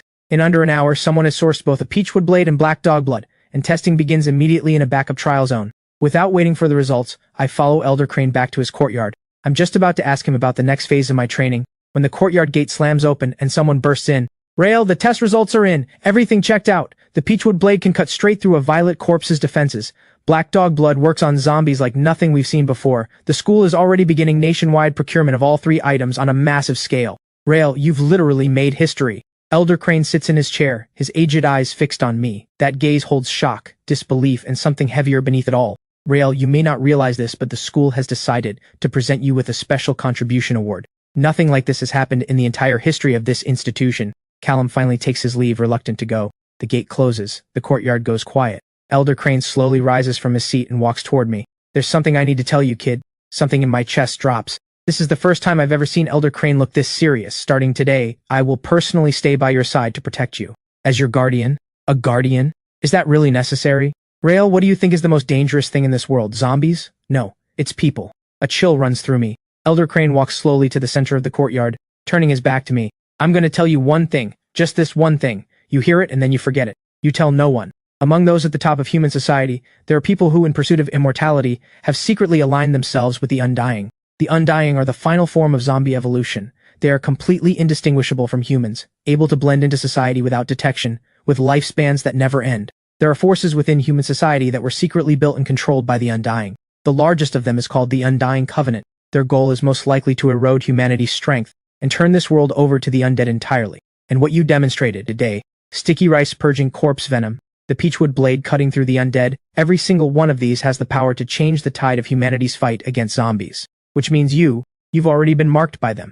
Elder Crane turns and faces me. His eyes are sharp as a hawk's. The road ahead won't be easy, kid, but as long as I still breathe, no one will lay a hand on you. Thank you, Principal Crane. The wind moves through the courtyard, carrying a faint chill. I look at Elder Crane's aged but upright silhouette and understand clearly for the first time that this world is far more complicated than I ever imagined. The next day, a theory lecture is underway in one of the academic buildings. Zane is leaning back in his chair, leaning close to the person sitting next to him. You hear about this? Let me let you in on something. The school has made a decision. They're going to equip every freshman with sticky rice, a peachwood blade, and black dog blood, all three. These things hit zombies through the roof. The person beside him blinks, clearly skeptical. Sticky rice against zombies? Dead serious. Got this straight from my instructor. 100% reliable. Zane narrows his eyes, shoots me a smug glance, clearly trying to show off in front of me. He's so well connected. But right then, the classroom door swings open. Callum walks in, carrying a rosewood box in both hands, a wide smile on his face. He walks straight to my desk and sets it down. Rael, this is from the school. The Special Contribution Award. The entire classroom goes silent instantly. Every pair of eyes locks onto the box on my desk. Callum opens it. Inside, neatly arranged, are 3 premium spirit vials, an exquisitely crafted jade pendant, and a thick stack of resource vouchers. Zane's eyes go perfectly round. Every trace of smugness collapses off his face. Why him? Why does Rael get a Special Contribution Award? Examiner Callum. Why does just discovering that sticky rice works on zombies get this kind of reward from the school? Isn't this a little excessive? If you can also discover that the 3-item set counters zombies, the school will reward you the same way. Zane chokes. Not a word comes out. His face turns deep red. The whole classroom bursts out laughing. Zane's face goes cold and dark. He slowly sinks back into his seat. Callum sets everything down, gives me a nod, and leaves the classroom. When the bell rings, I've barely finished packing up when someone approaches me. A third-year student, bowing deeply in front of me. Rael, thank you. If you hadn't discovered that sticky rice counters corpse venom, I wouldn't be here right now. Don't mention it. It was nothing. It wasn't nothing. That was my life. There's a whole group of us, more than 10 upperclassmen, and we all want to call you a friend. If you ever need anything, just say the word. We've got your back, no questions asked. More upperclassmen gather around me right after, greeting me one after another, every single one of them warm and enthusiastic. Zane sits nearby, watching all of it. Put Zane next to Rael, and the gap is this obvious. One casual discovery from Rael and it's history-making. And Zane, still spinning in circles. At this rate, Rael is only going to pull further and further ahead. Zane sees through his teeth. Rael, don't get too comfortable. Next selection test I will surpass you. That's a promise. Seraphine sidles up. Rael, what did you think of how I performed?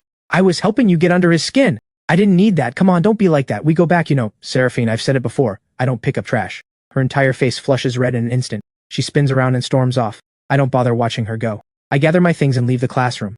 In Elder Crane's courtyard, I sit cross-legged on the ground and begin studying the Golden Light Seal. Over the past few days, I've had a nagging sense that the Golden Light Seal has more to it, but I haven't been able to crack it. Right now, I push the Tai, Spirit Bloom art, to its absolute limit. Spiritual energy flows along its precise path, drawing the golden light from deep within me and gathering it into my right palm. The next second, a flash. A golden longsword takes shape in my hand. The blade shimmers with golden light, every edge razor sharp. A surge of information floods my mind. Golden Light Seal condenses blazing golden light into physical form. Can form a golden sword, a golden hammer, or a golden shield. Power is extraordinary. Exorcist's edge activated, evil cannot approach. Excitement surges through me. I swing the golden sword in a test slash. A streak of golden light cuts through the air and splits a stone slab in the courtyard clean in two. I breathe in deep. This kind of power, paired with Exorcist's edge, might actually be enough to fight a pale corpse. Time moves quickly. Before long, the second selection test arrives. The testing location is the Central Plaza on campus. A massive scanning device stands in the middle of it. Students line up and step forward one by one. The test itself is straightforward. Place your hand on the device, and it reads your current level and spiritual energy output. Zane is ahead of me in line. He's been visibly holding in a burning drive these past few days, pouring every hour into training. When his turn comes, he strides forward and presses his hand onto the device.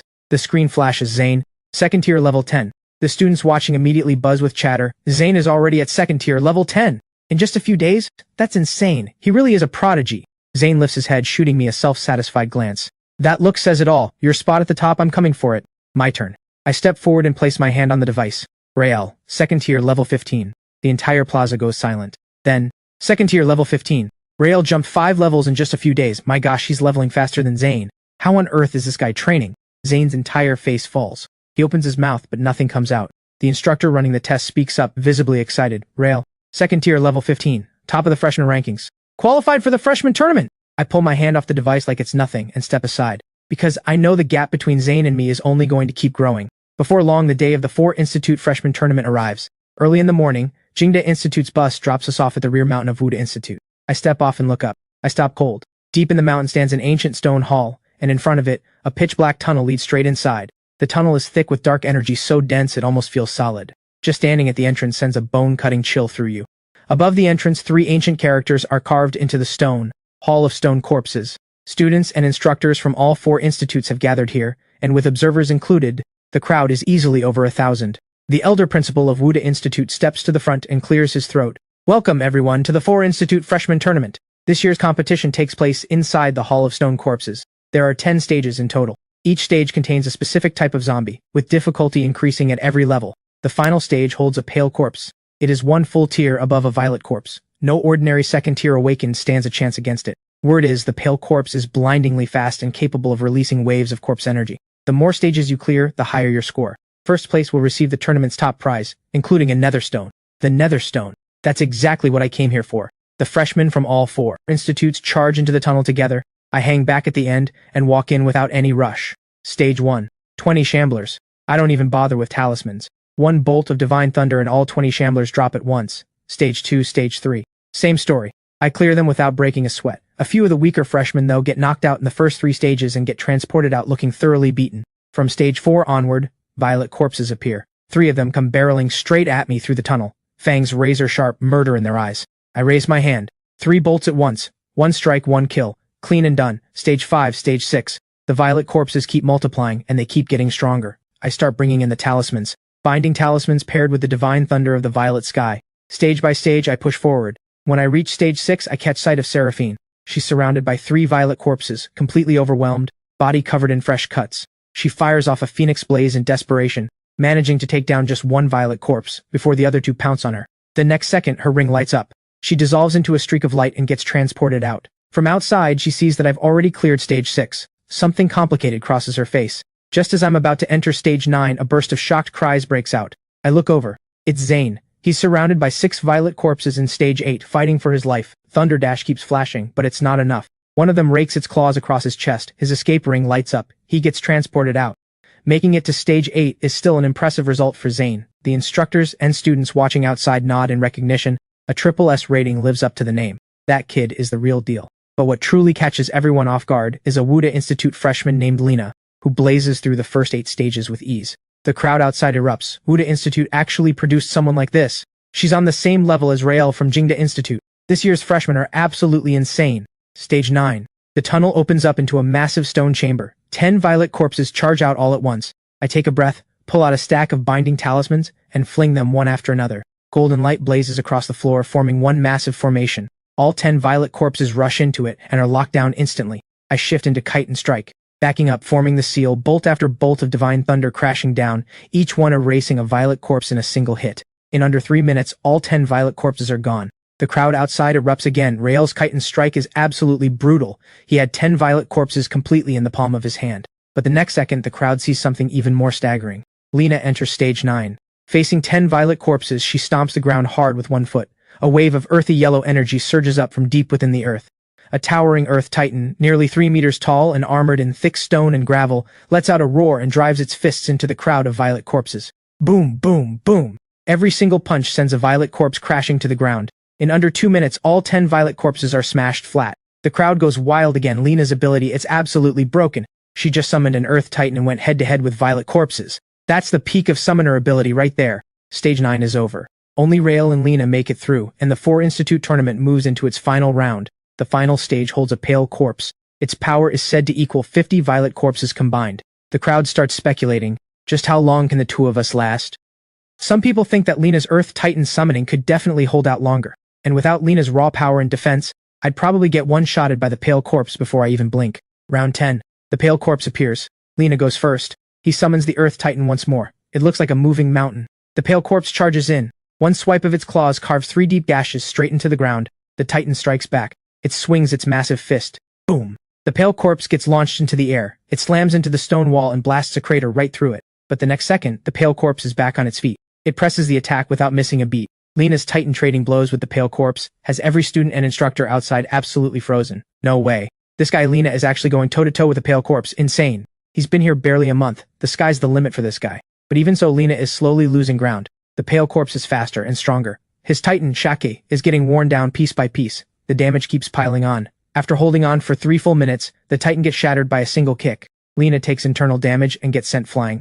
His escape ring activates. He's warped out of the arena. The crowd outside erupts in applause. Lena lost, but he lost with honor. 3 full minutes against a pale corpse. Absolute genius. Then it's my turn. I take a slow, deep breath and step into the arena. The crowd outside goes dead silent. Every single pair of eyes locks onto me. How long can he even last? He doesn't have Lena's kind of power. A minute, tops. The pale corpse appears before me. Its entire body radiates a sickly white glow. It stands over 2 meters tall, fangs sharp as blades. A heavy aura of death rolls off its body. I open with 3 binding talismans, but when they hit the ground at its feet, only a faint flicker of golden light appears. The pale corpse barely stumbles before ripping free by sheer force. Even my upgraded binding talisman barely makes a dent against a pale corpse. My heart sinks. I form the seal immediately. Divine thunder of the violet sky. A massive bolt of violet lightning crashes down from the sky and strikes the pale corpse dead center. Its body shudders from the impact. But the very next second, it just shakes it off with nothing to show for it but a few scorch marks. The crowd outside sucks in a sharp breath. The thunder only scratched the surface. Looks like things aren't looking good for me. Getting hit by the divine thunder of the violet sky only makes the pale corpse angrier. Its eyes go wide with fury as it charges straight at me. Everyone outside shakes their heads. Rael is done. He's getting warped out. But the instant the pale corpse reaches me, golden light, arise, shield my soul. By the Supreme Lord, let it be done. A layer of golden light blooms around my body. It's soft, yet radiates overwhelming power. There's something sacred about it. The moment the pale corpse reaches the golden light, its entire body comes to a dead halt. The crowd freezes. Nobody understands what just happened. And the pale corpse itself actually shows a flicker of fear on its face.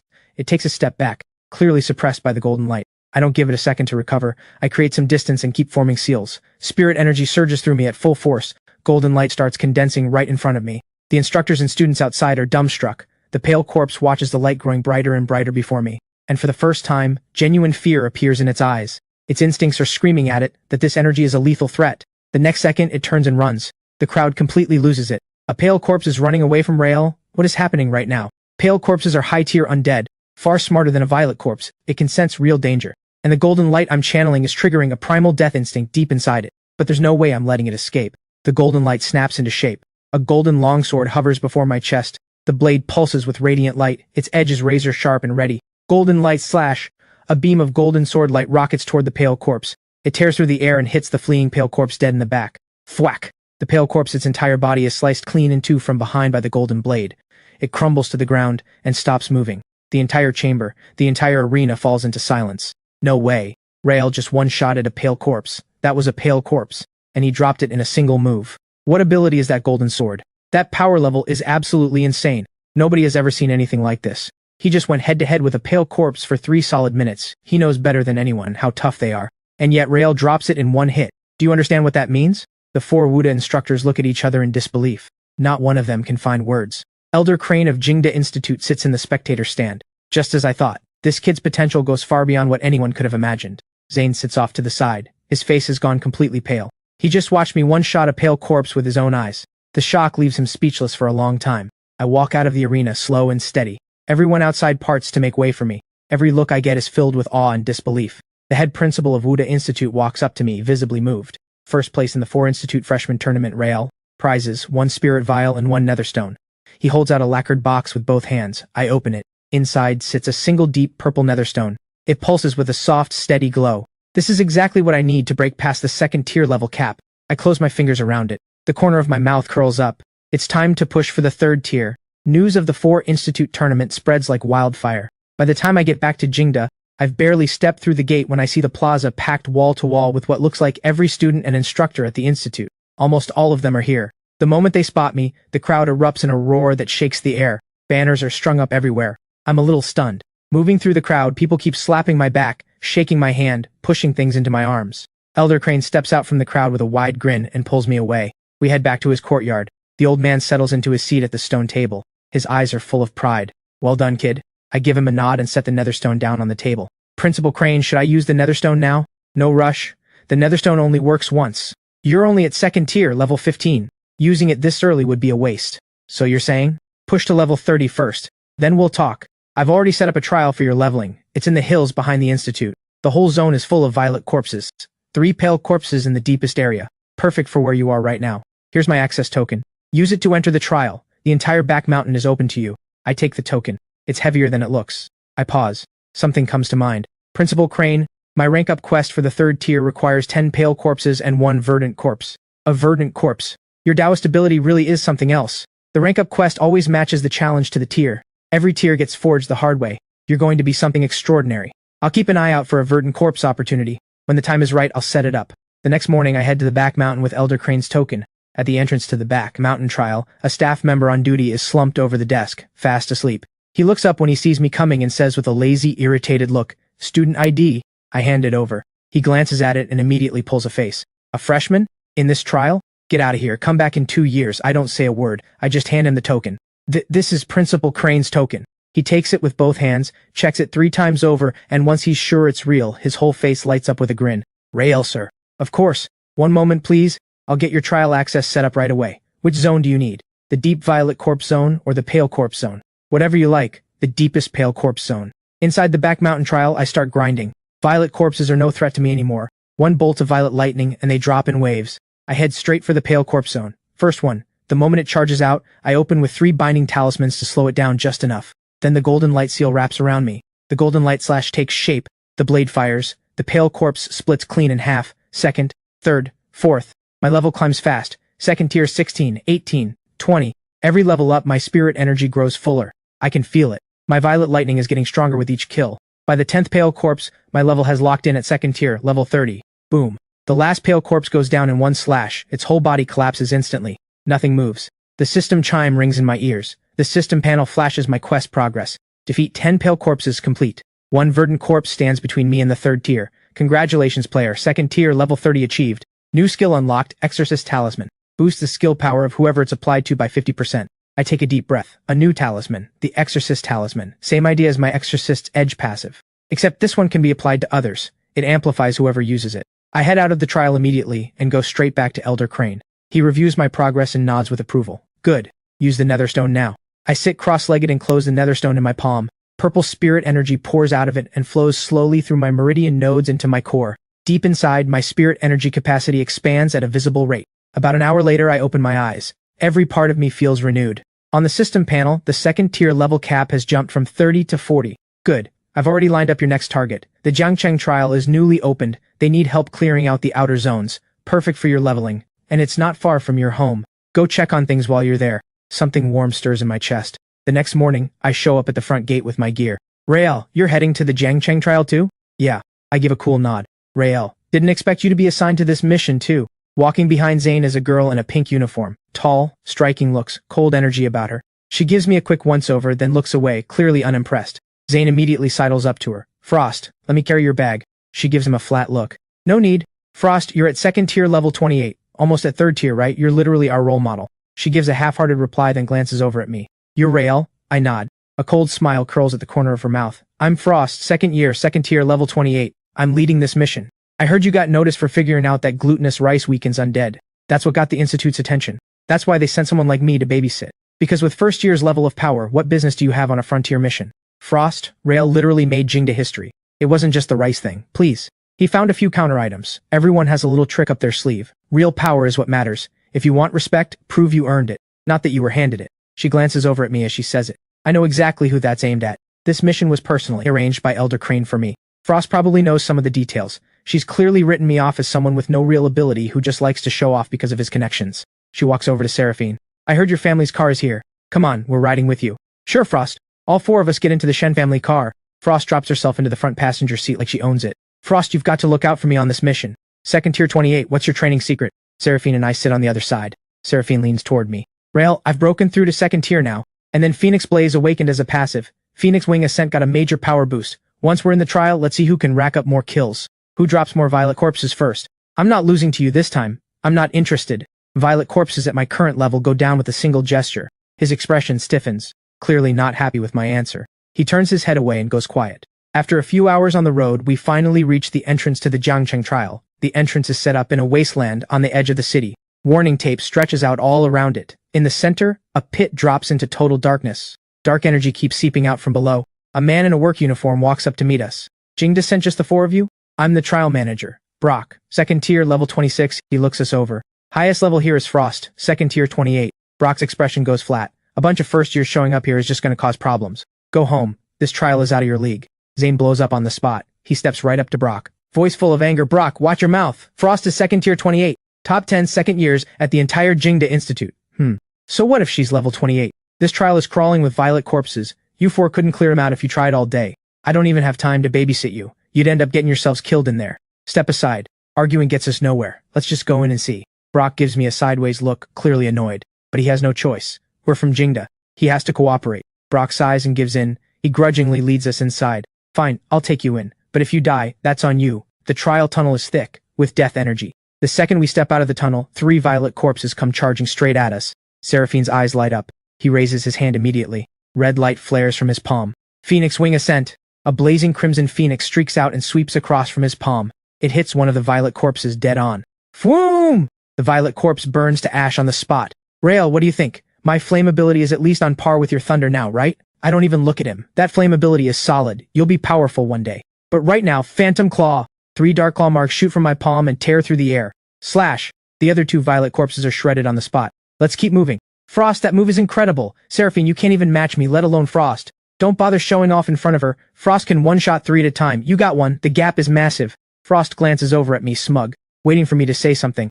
I stay quiet. I just raise my hand and form the seal. Divine thunder of the violet sky, fall. Boom. A massive bolt of violet lightning crashes from the sky. The entire wave of violet corpses charging at us from ahead, all 10 plus of them, are charred to ash in a single strike. The entire tunnel goes dead silent. Frost's jaw drops. The grin on Zane's face freezes. Brock stares blankly at the scorched bodies covering the floor. He can't find a single word. This is what he called a first-year student? We head toward the pale corpse zone. Rael, okay, I'll admit you've got some ability. But pale corpses are in a completely different league from violet corpses. You first-years get a little power and think you're untouchable. When you can't handle it, don't come crying to me. Rael, the pale corpse zone is seriously dangerous. We don't have clearance from above. Even with Frost at second tier 28, going near pale corpses needs extreme caution. Principal Crane's token. Rael, why didn't you say so sooner? With this token you can go anywhere in the entire Jiangcheng trial. Fine, let's go. I want to see what you're actually capable of. But let's be clear up front, if you get into trouble, you're on your own. I'm not stepping in. We reach the edge of the pale corpse zone. The first pale corpse shows itself. Rael, maybe we should back off. A pale corpse is beyond what we can handle. Rael, even with powerful thunder abilities, all you can do is scratch a pale corpse's defenses. You're just trying to show off. Don't embarrass yourself. Frost folds her arms and watches with cold eyes. She's clearly waiting to see me fail. Divine thunder of the violet sky, fall. The upgraded violet lightning hits with terrifying force. The pale corpse takes a direct bolt. Its body is instantly charred to nothing. It drops and doesn't get up. The entire trial falls silent. Frost's mouth falls open. She stands there frozen. She knows better than anyone how tough a pale corpse is. At second tier level 28, taking on one pale corpse costs her everything she has. And I just wiped it out with a single bolt. Brock looks even more stunned. A first year actually did this? I don't explain. I keep moving. The second pale corpse charges out. Lightning drops. Third one down. I keep taking them out while having Brock pass me spirit vials to keep my energy up. My level rises fast. Second tier 32, 35, 38. And just like that, I hit second tier level 40, the cap. Something clicks. At my current power level, I should be able to deal real damage to a verdant corpse now. Just as I'm about to push deeper, a strange guttural screech rips through the air ahead. It's rough, ragged, and filled with vicious energy. Nothing like a violet or pale corpse. Impossible. There can't be a verdant corpse here. Then a shape bursts out of the dark haze ahead. A massive undead creature, nearly 3 meters tall. Its whole body radiates a sickly greenish hue. Fangs sharp as blades. A pair of red eyes burning with cold light. Brock goes white as a sheet. I narrow my eyes and study the verdant corpse carefully. It still shows traces of a pale corpse. This one just evolved. Very recently. Something is very wrong. This trial is newly opened. The undead here shouldn't be evolving this fast. Something is off. Fall back! Everyone fall back now. Rael, let's go. A verdant corpse is way beyond us. Staying here is just asking to die. But I don't move. I'm at second tier level 40. My rank up quest only needs one verdant corpse kill. I have to face this. I reach into my coat and pull out stacks of talismans and hand them out to Frost and the others. Rael, are you out of your mind? Fine if you want to die, but don't drag us down with you. I don't explain, I just say calmly, try it first. Frost clenches her teeth. She looks like she wants to kill me with her eyes. But Zane has already slapped the talisman on without thinking. The next second his expression shifts. My power just spiked, and there's a barrier now. With the Exorcist talisman applied, he tests a thunder dash. It's noticeably stronger than before. Zane just stares in disbelief. Frost slaps hers on, skeptical. The next second, she freezes too. Her spirit energy feels like it just got a direct shot of adrenaline. The power boost is massive. The Exorcist talisman makes her feel like her abilities hit at least 50% harder. Brock puts his on with shaking hands, too stunned to speak. I take a deep breath and speak quietly. Keep the verdant corpse busy. I'll handle the rest. This time Frost doesn't hesitate. She raises her hand, Phantom Claw. Boosted by the Exorcist talisman, her Phantom Claw tears right into the verdant corpse. Even she didn't expect that kind of damage. The verdant corpse lets out a shriek as 3 deep gashes open across its body, but the wounds begin closing almost immediately. Brock fires off his Earth-type skill, Earthbind. Hands erupt from the ground and lock around the verdant corpse's feet. Zane's hands flash with constant arcs of lightning, blasting bursts of electrical fire across the verdant corpse. Seraphine launches Phoenix Wing Ascent. A blazing phoenix screams toward the verdant corpse. The verdant corpse is kept occupied by all 4 of them in rotation. Its focus is split. I take the opening and slap an Exorcist talisman on myself. My spirit energy surges instantly. I form the seal without delay and begin the incantation. Golden light, arise, shield my soul. By the Supreme Lord, let it be done. Golden light blooms around my body. Then I start condensing it. A golden longsword takes shape before me. The blade blazes with radiant light. Golden light slash. A beam of golden sword light fires out and drives straight into the verdant corpse's shoulder. The verdant corpse screams. A deep wound tears open all the way to the bone. Agonized, it thrashes wildly. Then it snaps its mouth open and unleashes a blast of sickly green corpse poison toward us. Frost leaps aside in alarm.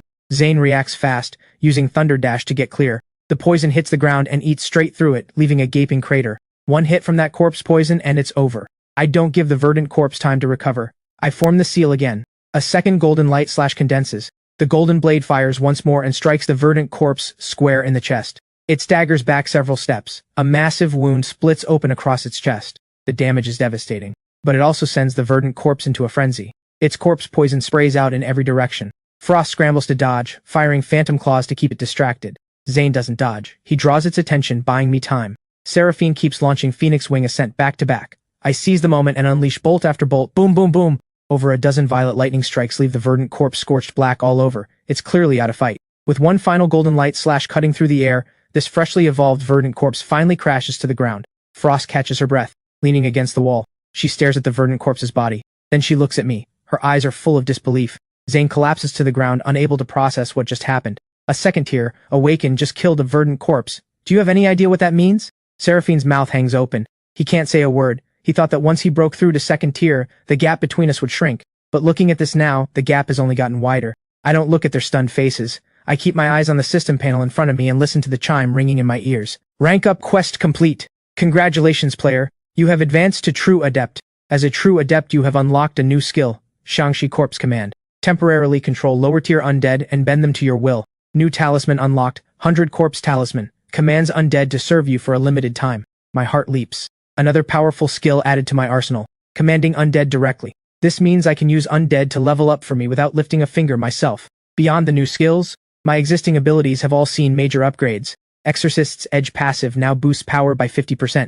Divine Thunder of the Violet Sky hits harder. Golden Light Seal performs better across the board. I take a deep breath. I feel completely reborn. New skills, new talismans, Exorcist's Edge boosted again. My power has taken another leap forward. But from 3rd tier onward, the requirements to rank up get significantly harder. 30 verdant corpse kills, 5 obsidian corpses, and to advance from 3rd tier to 4th tier, the level requirement jumps straight to 60. I stop thinking about it. I sit cross-legged immediately and run the Tai Spirit Bloom art to restore the energy I burned through. Frost snaps out of it and rushes over.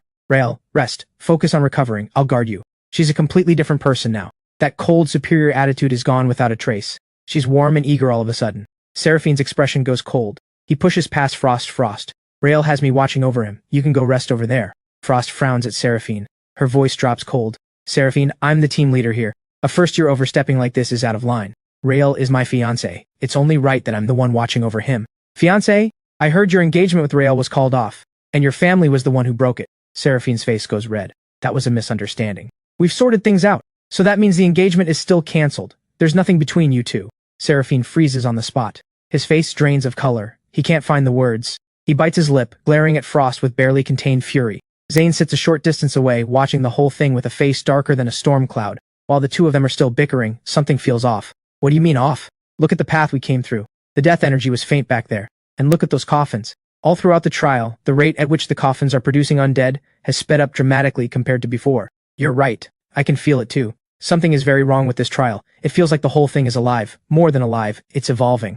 I look up and Elder Crane steps out from the dark haze at the tunnel entrance. Behind him are several senior instructors from Jingda. Principal Crane, why are you here? I sense an abnormal energy surge in the Jiangcheng trial. I came to check immediately. Just as I suspected. This trial has gone wrong. There must be an obsidian corpse deep inside, in the middle of evolving into a main corpse.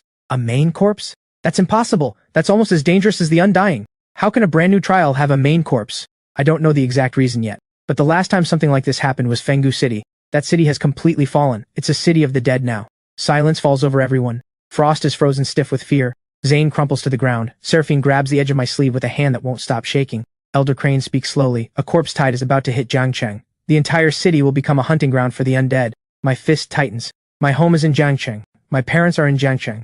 I have to stop the corpse tide. I look toward the depths of the trial. The death energy is thickest there.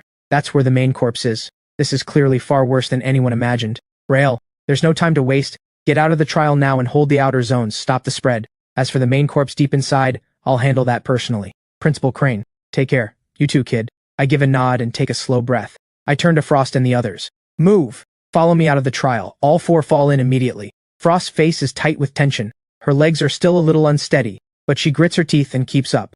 Rael, I was just looking for you. What's the situation outside? The trial has gone critical. Death energy has already spread to the South District. It's pushing toward the North District now. Undead are breaking out of the trial and attacking civilians. The Institute is ordering you to link up with the city defense forces and protect and evacuate the public. My chest tightens. My home is in the North District, one of the busiest parts of the city, and right now it's a disaster zone. I don't hesitate. I slap on a swiftness talisman and my body goes feather light. I take off at full speed. Seraphine scrambles after me. Rael, wait up! Frost and Zane follow right behind. The trial entrance is over 10 kilometers from the North District, normally a 20-plus minute drive. But with the swiftness talisman, I'm moving like a full sprint. In moments, I've left Frost and the others far behind. Within just a few minutes, I start seeing signs of chaos on the streets. Some pedestrians have skin turning a sickly green. They stagger. Rasping growls escape from their throats, corroded by corpse poison, turning into shamblers right before my eyes. Further ahead, fully formed undead are already visible, chasing terrified civilians through the streets. I can't stop for this. Getting home is the priority. I cut through the side streets and finally reach my neighborhood. The safety barrier at the entrance has been torn apart. The ground is covered in blood. My stomach drops. I push harder and sprint straight for the shelter at the center of the complex. The shelter was built specifically to withstand a corpse tide. Reinforced concrete frame, wrapped in thick alloy plating on the outside. Under normal conditions, it can hold against violet corpse to level attacks. But when I get there, the main hatch is badly warped from repeated impacts. A pale corpse standing over 2 meters tall is leading a pack of over a dozen violet corpses, slamming into the shelter door again and again. Every hit sends a piercing shriek of metal ringing out. Divine thunder of the violet sky fall. Boom! A thick bolt of violet lightning crashes from the sky and hits the pale corpse dead on. At third tier, my violet lightning is nothing like what it used to be. The pale corpse takes the full strike and drops without getting up. I raise my hand and fire off a few more sword beams. The remaining violet corpses are wiped out in seconds. The screaming inside the shelter cuts off instantly. Then the hatch creaks open from the inside, just a crack. Eyes peek out. They see the charred bodies covering the ground outside. Everyone freezes. The next second, the hatch swings fully open. A crowd of shaken residents pours out. I don't have time for greetings. I ask immediately, where are my parents? Your parents were taken by community staff. They were escorted to the large shelter near Yizhong Academy. The defenses there are far stronger than here. They'll be fine. A little tension lifts from my chest, but I'm still not at ease. I put on a fresh swiftness talisman and charge toward Yizhong Academy, but when I reach the school grounds, I stop dead. Someone is standing in the middle of the field. No idea when they got there. Black robes, average build, unremarkable face, a strange smile on his lips. And what strikes me most is that with everything that just happened in this area, he doesn't look the slightest bit rattled. Just standing there, perfectly relaxed. Rael.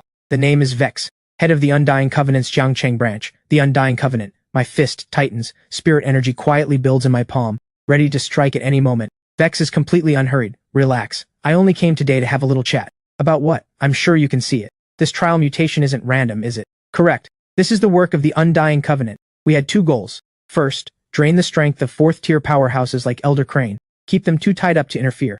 Second, and more importantly, you, Rael. You discovered glutinous rice, the peachwood blade, and black dog's blood as counters to the undead.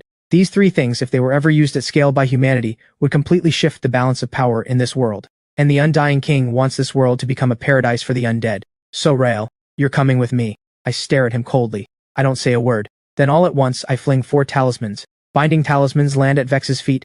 I slap an exorcist talisman onto myself. Then I form the seal. Divine thunder of the violet sky fall. Boom! A massive bolt of violet lightning crashes from the sky and hits Vex directly on the head. Vex clearly didn't expect me to strike first. He's completely caught off guard. The instant the lightning hits, his body shudders. A small hole is blasted through his chest. But the next second he tears free from the lingering lightning force. His face twists with fury. A flash of cold viciousness crosses his eyes. His spirit energy explodes. Rael, I didn't think you'd be this ungrateful. Looks like I need to show you what a third-tier fighter is actually capable of. My heart sinks. He's several levels above me. Vex raises his hand. Spirit energy rages through him. Iron Feather! The next second, the sky above Yizhong Academy's field fills with countless iron-colored spikes. They crowd the air, thick as a swarm. Then they rain down like a storm. Every spike gleams with a cold edge, and clearly laced with deadly poison. I slap on a swiftness talisman fast and blur into a streak of motion, weaving and dodging through the iron storm. Boom, boom, boom! The spikes hammer into the ground all around me. The entire field is shredded, riddled with holes. Where I was standing just seconds ago is now pierced through like a sieve. Without a moment's hesitation, I activate 13 corpse drive talismans and take control of 13 pale corpses. They charge at Vex. Vex's eyes sharpen. Iron Feather comes down again, raining down on all 13 pale corpses. But pale corpses are tough. The Iron Feather can slow them down, but it can't take them out. All 13 reach Vex and swarm him at once. Vex is buried under the attack. He can't break free. I take the opening and form the seal. Spirit energy surges through me at full force. Golden light starts condensing in my palm. Vex catches the movement out of the corner of his eye. His expression shifts instantly. Too late, I shout. Golden light slash! A beam of golden sword light cuts across the sky and drives straight at Vex. He scrambles to dodge but still catches the edge of the golden blade on his shoulder. The gash tears all the way to the bone. Vex lets out a sharp cry and staggers backward. He clutches his shoulder, and for the first time, real wariness shows in his eyes. Rael, this Daoist ability of yours is more trouble than I expected. He grits his teeth and pulls a pale grayish bone fragment from his coat. It glows with an eerie sheen. The death energy in the entire area starts pulling toward him. The Undying. My blood runs cold. That's the Undying's bone. Rael, I was going to leave you breathing. But since you insist on being difficult, don't blame me for what comes next. He slams the bone into the ground. A deep hollow rumble erupts from below. The entire Yizhong Academy field shakes violently. Then the ground in the center of the field splits open into a massive fissure. A towering grayish-white cocoon, several meters tall, rises slowly from the earth. Strange patterns cover its surface, pulsing rhythmically. Something inside is about to break out. Then, from every direction, a deep collective shriek fills the air. I look up and draw a sharp breath. Every undead across the entire city of Jiangcheng is converging on Yizhong Academy. Violet corpses, pale corpses, verdant corpses, and even I can just make out several pitch-black obsidian corpses moving through the undead tide. Rael, the main corpse is almost fully evolved. Since I can't take you with me, you can die here instead. Cracks begin spreading across the cocoon's surface. From the direction of the shelter, Frost, Seraphine, and Zane come running. A main corpse. That thing is almost on the level of the Undying. Seraphine's legs give out. Zane crumples to the ground, completely speechless. The undead tide is closing in from every direction, completely surrounding Yizhong Academy. I do a quick estimate. At least dozens of verdant corpses, over 10 obsidian corpses, and uncountable violet and pale corpses on top of that. A force this size is nowhere near what we can handle. The residents at the shelter fall into panic again. I take a deep breath and start unleashing skills, cutting down the undead, pushing to the front. Go ahead, struggle all you want. The harder you fight, the worse your end is going to be. You Undying Covenant filth. You're the one who's done for. I look up. A figure drops from the sky and lands steady right beside me.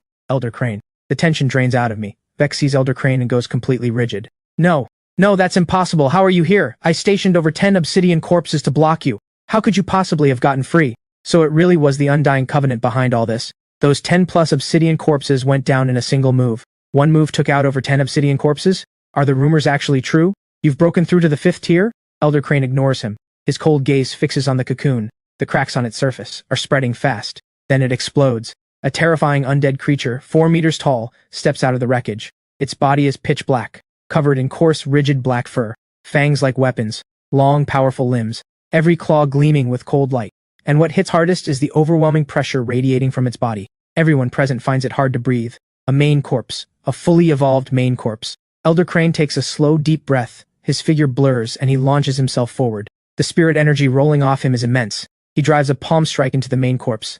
The main corpse raises its own palm to meet it. Boom! The entire Yizhong Academy field shakes. The ground fractures in all directions. Every window in the surrounding building shatters. But the one-on-one fight has barely started when the undead tide from every direction floods onto the Yizhong Academy field. Frost, Seraphine, and the others start fighting back. But against verdant corpses and obsidian corpses, they're completely outmatched. They're on the verge of being overwhelmed. At the very last moment, a low rumble of thunder rolls through the sky. 4 figures drop from above. Jingda's 4 instructors have arrived. Cinder waves a hand. A sea of fire erupts across the sky above the field. Wherever it reaches, every undead is burned to ash in an instant. Volt's body crackles with surging electricity. A massive violet storm cloud spreads across the entire zone. Lightning falls. Wave after wave of undead get struck down. Rex plunges into the undead horde barehanded. Every punch caves in the skull of multiple violet corpses. Lyra's mind force surges. An invisible wave of psychic energy sweeps across the field. Every undead in range is thrown into chaos.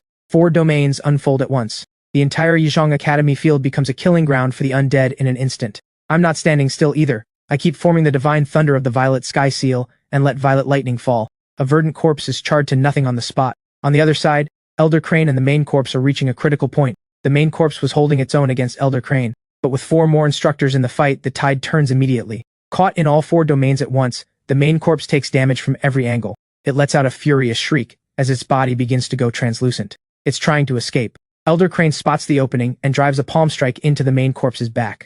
The main corpse lets out a scream and its body plunges straight into the earth. Gone.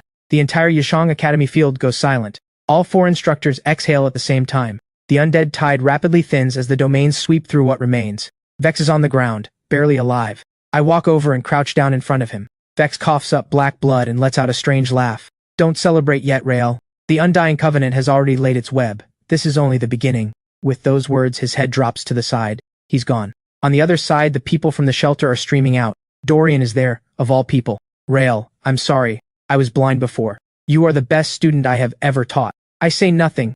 I just give him a nod and the chaos slowly settles. Elder Crane walks over to me and puts a hand on my shoulder. You did well today. The Undying Covenant has been stirring lately.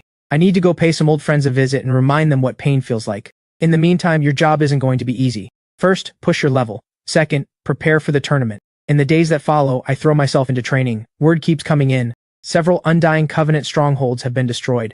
Clearly the work of Elder Crane and his allies. I keep busy on my end too, grinding out 5 types of talismans non-stop. My level keeps climbing. The day before the end of term assessment, my level has settled solidly at 3rd tier, level 20. On the day of the assessment, freshmen from all 4 great institutes gather at Jingda.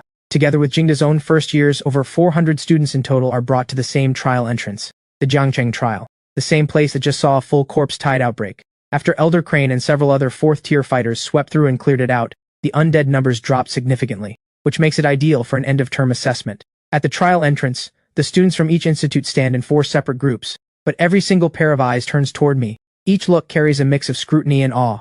Lena is the first to approach. He looks me over and grins. Heard you hit 3rd tier.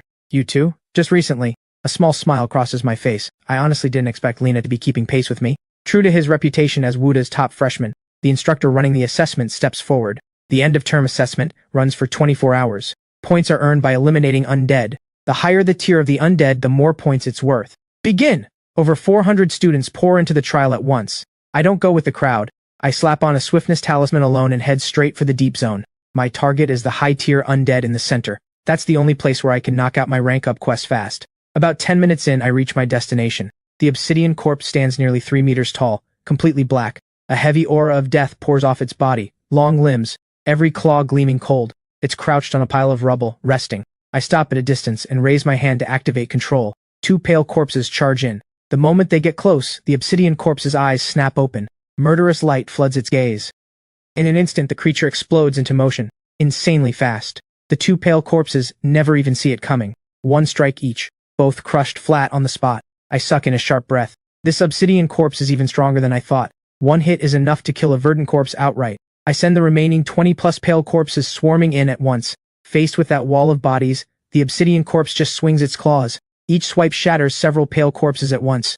In less than a minute, only 2 verdant corpses and a handful of pale corpses are left. My eyes sharpen. I form the seal and chant the incantation. Spirit energy surges wildly through my body. Dark storm clouds gather overhead, charged with divine thunder of the violet sky.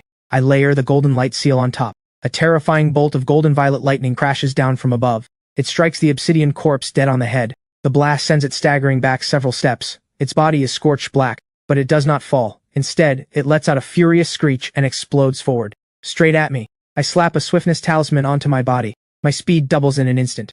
I twist aside, dodging its lunge, then call out, Golden Edict Slash. A golden blade sweeps through the air and carves across its chest. A wound splits open so deep the bone shows through. Dark corpse fluid pours from the gash in a steady stream. The creature thrashes wildly, but the damage is done. I take a slow, steady breath and step forward. I raise my hand and form the seal again. Divine thunder of the violet sky layered with the golden light seal. Then one final golden edict slash. The wounded obsidian corpse is finished in a single blow. The system chime rings out loud and clear in my ear. Obsidian corpse defeated.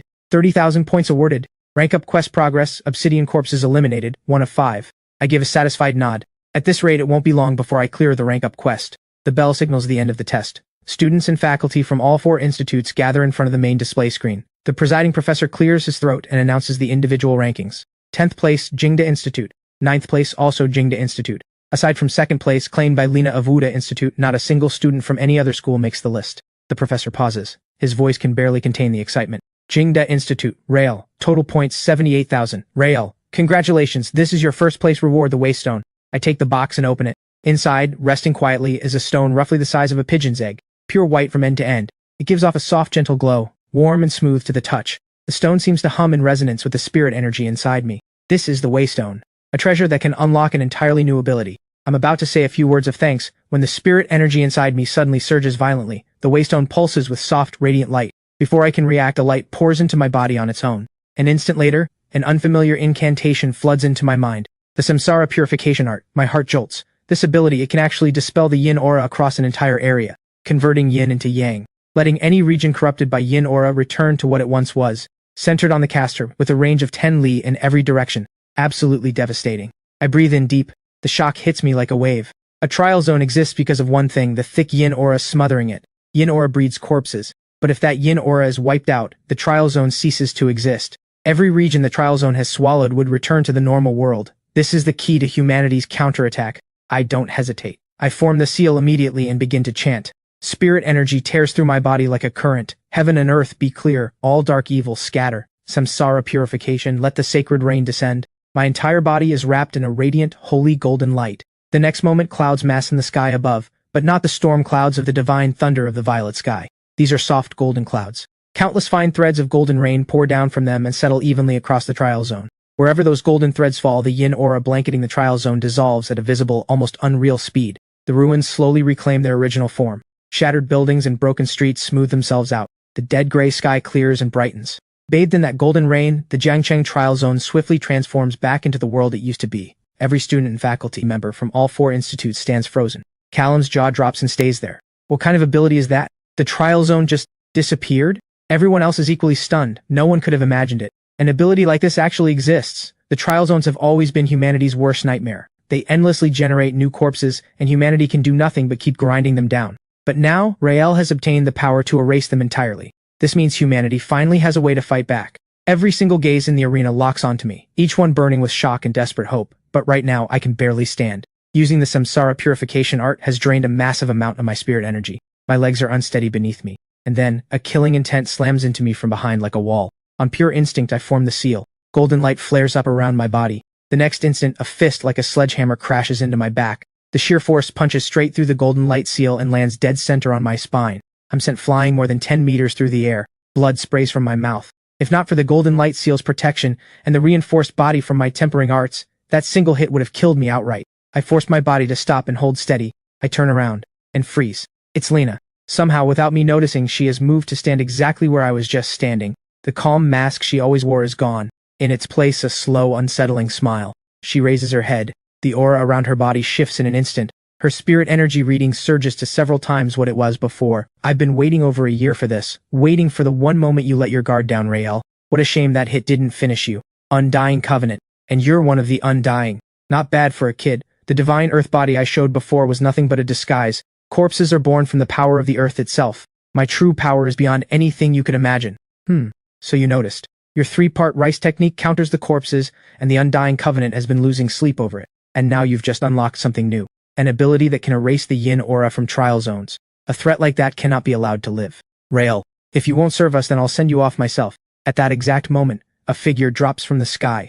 It lands firm and steady between me and Lena. One hand reaches out and meets Lena's massive strike head on. The entire arena shakes to its foundation.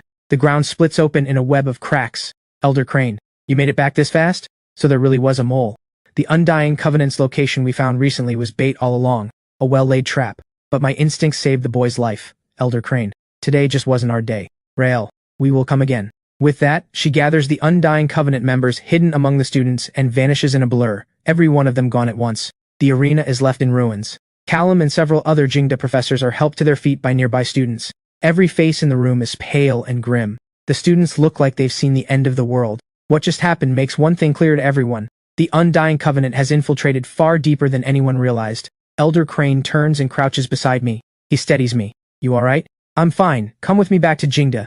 It's time for you to be fully involved. Elder Crane takes me straight to the principal's office at Jingda Institute. Inside, alongside the principal of Jingda, are the principals of 3 other institutes. Also present, over a dozen high-ranking fighters of considerable status. Every single one radiates a presence that is impossible to read. 4th tier peak. Several of them feel close to 5th tier. This room holds the most elite fighters humanity has against the corpses. The Jingda principal speaks first. Rael, Elder Crane has told us everything. Your samsara purification art, the one that can purge the yin aura from trial zones. Humanity finally has a way to strike back.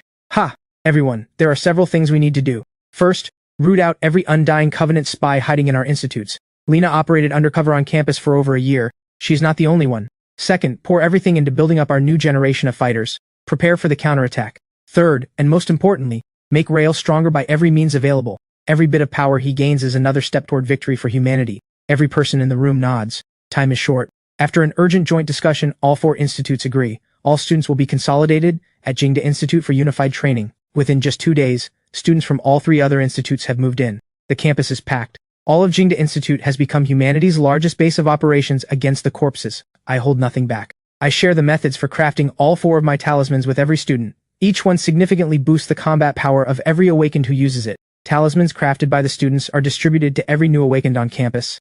Zane, Seraphine, and others form squads led by upperclassmen like Forge. They push hard into trial zones to grind their tears. All of Jingda Institute falls into a state of intense, relentless momentum. Meanwhile, Elder Crane pulls me aside. Rael, your rank-up quest still needs 10 more verdant corpses and 3 obsidian corpses. We're heading to the Liangshan trial zone. High density of corpses there. Perfect for you. The Liangshan trial zone is one of the highest-rated trial zones in the Jiangcheng region. Deep inside, 3 obsidian corpses guard the inner sanctum. No ordinary student or instructor would dare venture that far, but with Elder Crane as my guardian, I have nothing to worry about. In less than half an hour, I take down 8 verdant corpses one after another, each kill faster than the last. I reach the heart of the zone, the yin aura grows thicker with every step, and finally I see them.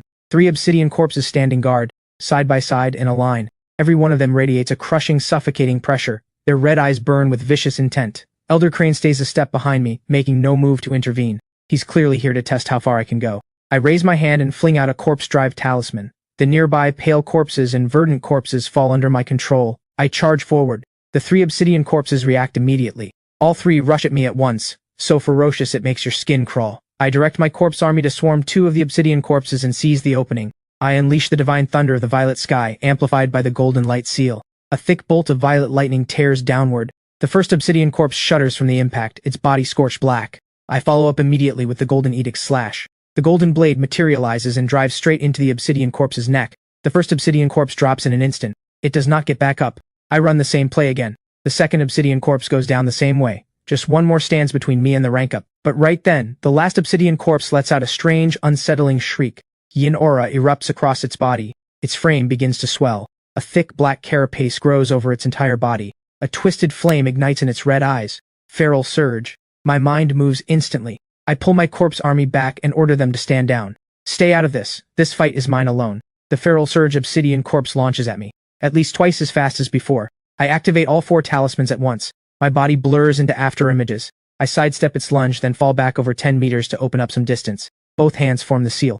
A golden violet lightning bolt crashes down from the sky. Dead center on the obsidian corpse's head. This is the most powerful strike I have, my absolute limit right now. At 3rd tier peak, stacked with the golden light seal, I can feel the destructive force in this blow exceeding the ceiling of any ordinary 3rd tier awakened. The obsidian corpse's body convulses from the strike. The carapace on its chest splits open. For the first time, something like pain flickers in those red eyes. I seize the moment. Golden light rapidly condenses in my palm. The golden edict slash flows through my mind. But this time, I push it further. I split my spirit energy into 10 separate streams, condensing all of them at once. The next instant, I'm stunned by what appears. 10 small golden blades materialize in front of me, each only about a foot long. But every one of them radiates a razor-sharp golden light. My heart lurches. The golden edict slash has evolved. I can now summon multiple golden blades at once. I shout the command. 10 golden flying blades shoot toward the feral surge obsidian corpse all at once. They move with blinding speed, as if each one has a mind of its own, striking from 10 different angles simultaneously. The obsidian corpse raises its claws to block, but its carapace is already cracked from before. The 10 blades tear through. 10 puncture wounds open across its body at the same instant. Black corpse fluid sprays out in every direction. The obsidian corpse lets out one last screech and crumbles to the ground. It doesn't move again. Elder Crane stands some distance away. His eyes are wide as saucers. He stares down at the obsidian corpse's body. The hand stroking his beard is trembling. What exactly was that just now? I wipe the sweat from my forehead, breathing a little hard. The evolved form of the Golden Edict / First time I've used it myself. The system chime rings loud and triumphant. Rank up quest complete. Verdant corpses eliminated 10 of 10. Obsidian corpses eliminated 3 of 3. Congratulations, player. Rank up achieved. You have ascended to Celestial Master.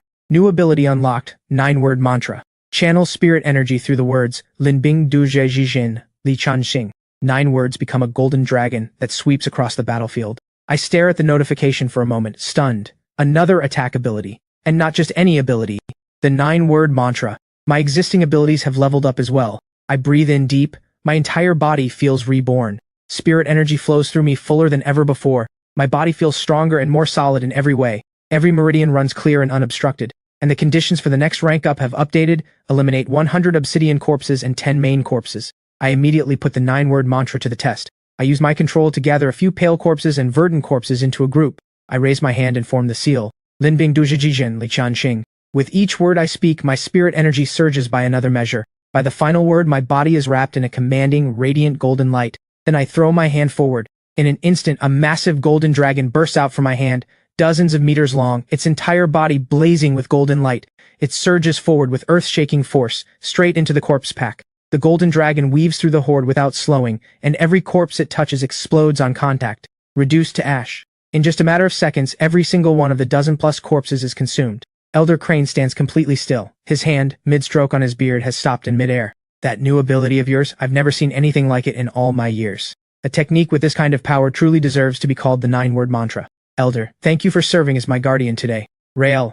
Once you pass 4th tier, there's no ceiling anymore. Growth from here comes only from mastering what you already have. But above 4th tier lies the 5th tier, the immortal realm. That can only be reached through your own insight. Even I've only barely crossed the threshold into 5th tier. Elder, I'm not sure why, but I actually have a rank up quest for 5th tier. You have a 5th tier rank up quest? That's incredible! Without 5th tier, defeating the Undying is impossible. Our odds just went up again. Elder, are there any higher level trial zones nearby? I want to push further. The highest rated trial zone nearby is Fengdu City. It fell long ago, completely overrun.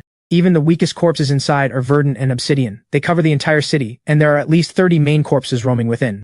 We can only operate around the outer edge. Going deeper is not an option. Even the two of us wouldn't make it back out. I nod. We set out for Fengdu City immediately. The moment we reach the outer edge of Fengdu City, I feel it. A suffocating wall of yin aura, dense and overwhelming. The entire city is swallowed in a curtain of black haze. The sky above is a dull, lightless gray. Broken walls and collapsed ruins stretch as far as I can see. Low, guttural roars drift out from somewhere deep in the city. The sound of corpses. I breathe in deep and follow Elder Crane as we step into the outer edge of Fengdu City. We're barely a few hundred meters in when a horde of corpses surges toward us head-on. The sheer number of them is staggering. Dozens of verdant corpses leading the charge, with over a dozen obsidian corpses close behind. The pressure they give off would be enough to break any ordinary 3rd tier awakened. I raise my hand and form the seal. 9-word mantra. The next moment, golden light engulfs me entirely. A massive golden dragon bursts from my hand and charges straight into the horde. It weaves through them like a current through water. Everywhere it passes, verdant corpses are devoured and detonated on the spot. Even the obsidian corpses can only hold on for a second or two before being torn apart. In under 10 seconds, the entire horde is wiped out. I exhale slowly. The 9-word mantra is something else entirely, but the spirit energy cost is enormous. Still, against obsidian corpses, the return is well worth the cost. One cast takes out at least 10 of them. Beside me, Elder Crane nods steadily, but he doesn't let his guard down. The old man keeps scanning his surroundings, then suddenly, his brow furrows deep. Something's off. Something feels wrong.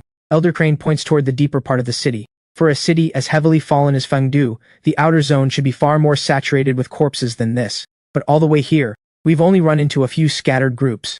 And while the yin aura throughout the city is thick, the actual density of corpses is nowhere near what it should be. You're saying the corpses have gone somewhere? At least half of them, if not more, have been redirected by someone. The Undying must have made their move. Then Lena has already launched the attack. She's almost certainly the one who pulled the corpses from Fengdu City. We go back to Jingda. Now. Not a second to waste. The moment we touch down, the scene in front of us stops us cold. The institute gates have been destroyed. Across the entire campus, fires and flashes of combat light up the night. High above, the 4 principals are locked in a fierce battle with Lena Rael. I'm heading up to reinforce the aerial front. The ground is yours. Remember, your targets are the main corpses. The old man flickers and streaks upward like a beam of light, shooting straight into the aerial battle and joining the fight against Lena. I don't waste a moment. I sprint toward the nearest clash. 3 pale corpses have a group of Jingda students surrounded. The students are already bleeding. One more hit and they're done. I raise my hand and activate the 9-word mantra. A golden dragon tears through the air with a roar and barrels straight into the 3 pale corpses. The dragon sweeps through. All 3 pale corpses are consumed instantly and reduced to ash. Senior Rail! It's Senior Rail! We're saved! I don't stop. I push forward toward where the 4 instructors are fighting. Volt, Cinder, Rex, Lyra. All 4 instructors are fighting a single main corpse together. And they're clearly losing. The main corpse outclasses all 4 of them combined. I lock onto the opening and activate the seal, 9-word mantra, descend. A golden dragon explodes outward with a howl and drives straight into the main corpse. The dragon coils around its body and crushes relentlessly. In just a few seconds, the main corpse is torn to pieces. Your ability hits that hard? I can barely wound a main corpse in one hit, and you just one-shot it.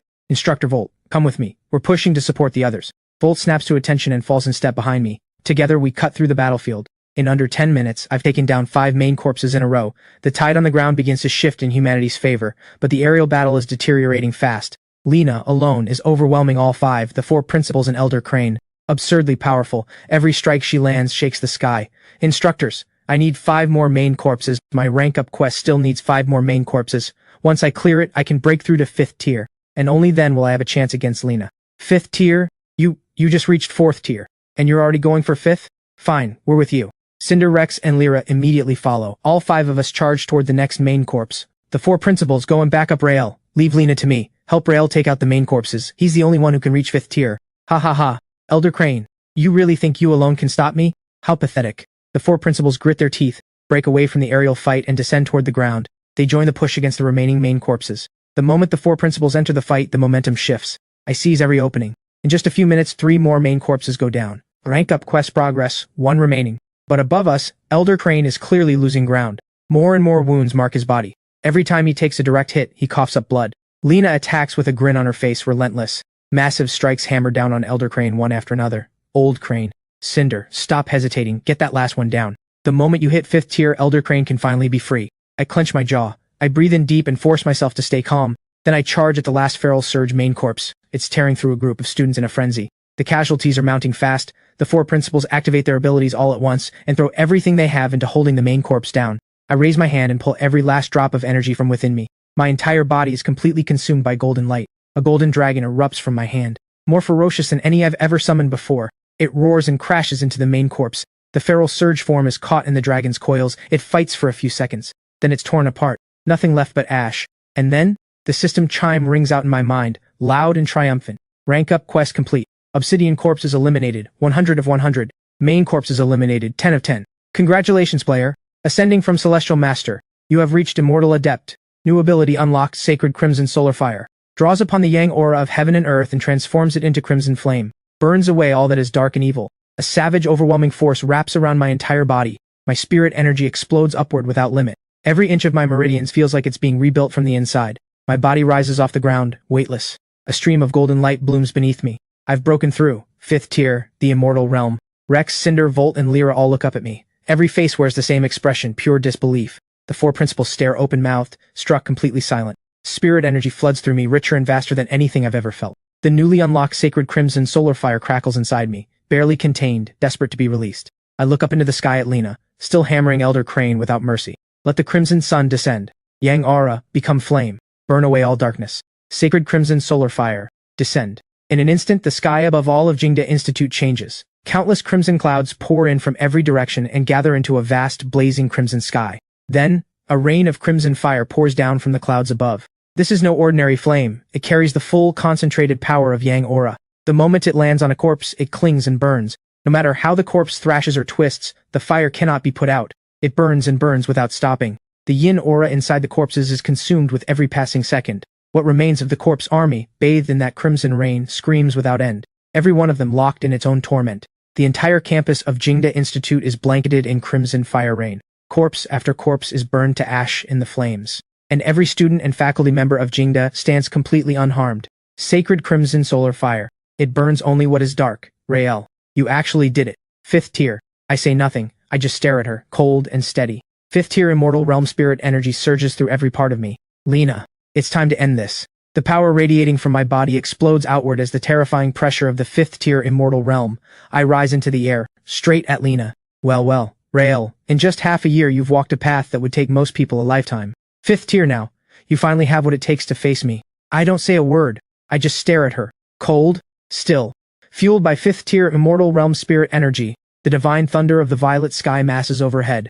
Amplified by the golden light seal. The power of this lightning is beyond anything I've ever unleashed.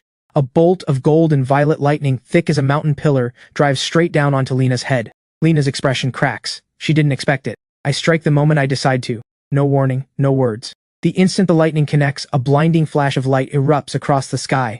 Ha! Yes, very good, Rael. You brought this on yourself. The words barely leave her mouth before she drives her fist toward me. I react instantly and speak the words. Golden light, appear now. Guard my soul. By the command of the supreme sage, so it shall be. A golden barrier flares into existence in front of me and holds Lena firmly at bay. Impossible. That punch of mine would shatter the defense of any 4th tier peak awakened. I say nothing. I slowly raise my right hand. The barrier expands instantly, and the two forces slam against each other in the air, over and over. The next instant, countless blades materialize around me and shoot straight at Lena. She throws up a shield to block. I seize the moment and keep pressing. The next instant, high above all of Jingda Institute, countless pale blue points of light fall like rain. The samsara purification art, this time no golden threads. Instead, blue-tinged purification sparks fill the sky, each one charged with dense, potent yang aura.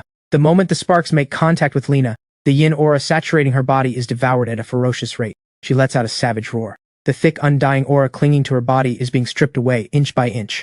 Lena's expression shifts completely. Rael, that ability of yours can actually purify the aura of the undying? She clenches her teeth and vanishes in a flash, dropping back down to the ground. Her face is twisted with fury. Rael, you forced my hand. She raises her left hand. In her palm, a white bone spear forms nearly 3 meters long. The bone spear radiates a dense, suffocating death aura. The space around her warps and buckles. Lena shouts and hurls the bone spear straight at me. It moves so fast it seems to tear a hole through the air itself. I can feel the lethal force packed into this single throw. 9-word mantra. Descend. An enormous golden dragon tears out with a thunderous roar. The dragon opens its massive jaws and lunges straight at the incoming bone spear. The bone spear collides with the dragon and is swallowed whole. The next instant the dragon doesn't slow at all. It drives straight toward Lena. Lena's eyes go wide. The dragon opens its jaws one more time and tears straight through her. The next instant, Lena's body crumbles into countless flecks of ash and scatters on the wind. Every corner of Jingda Institute falls deathly silent. Then the cheering erupts like a thunderclap. The 4 principals are moved to tears, eyes red, voices gone.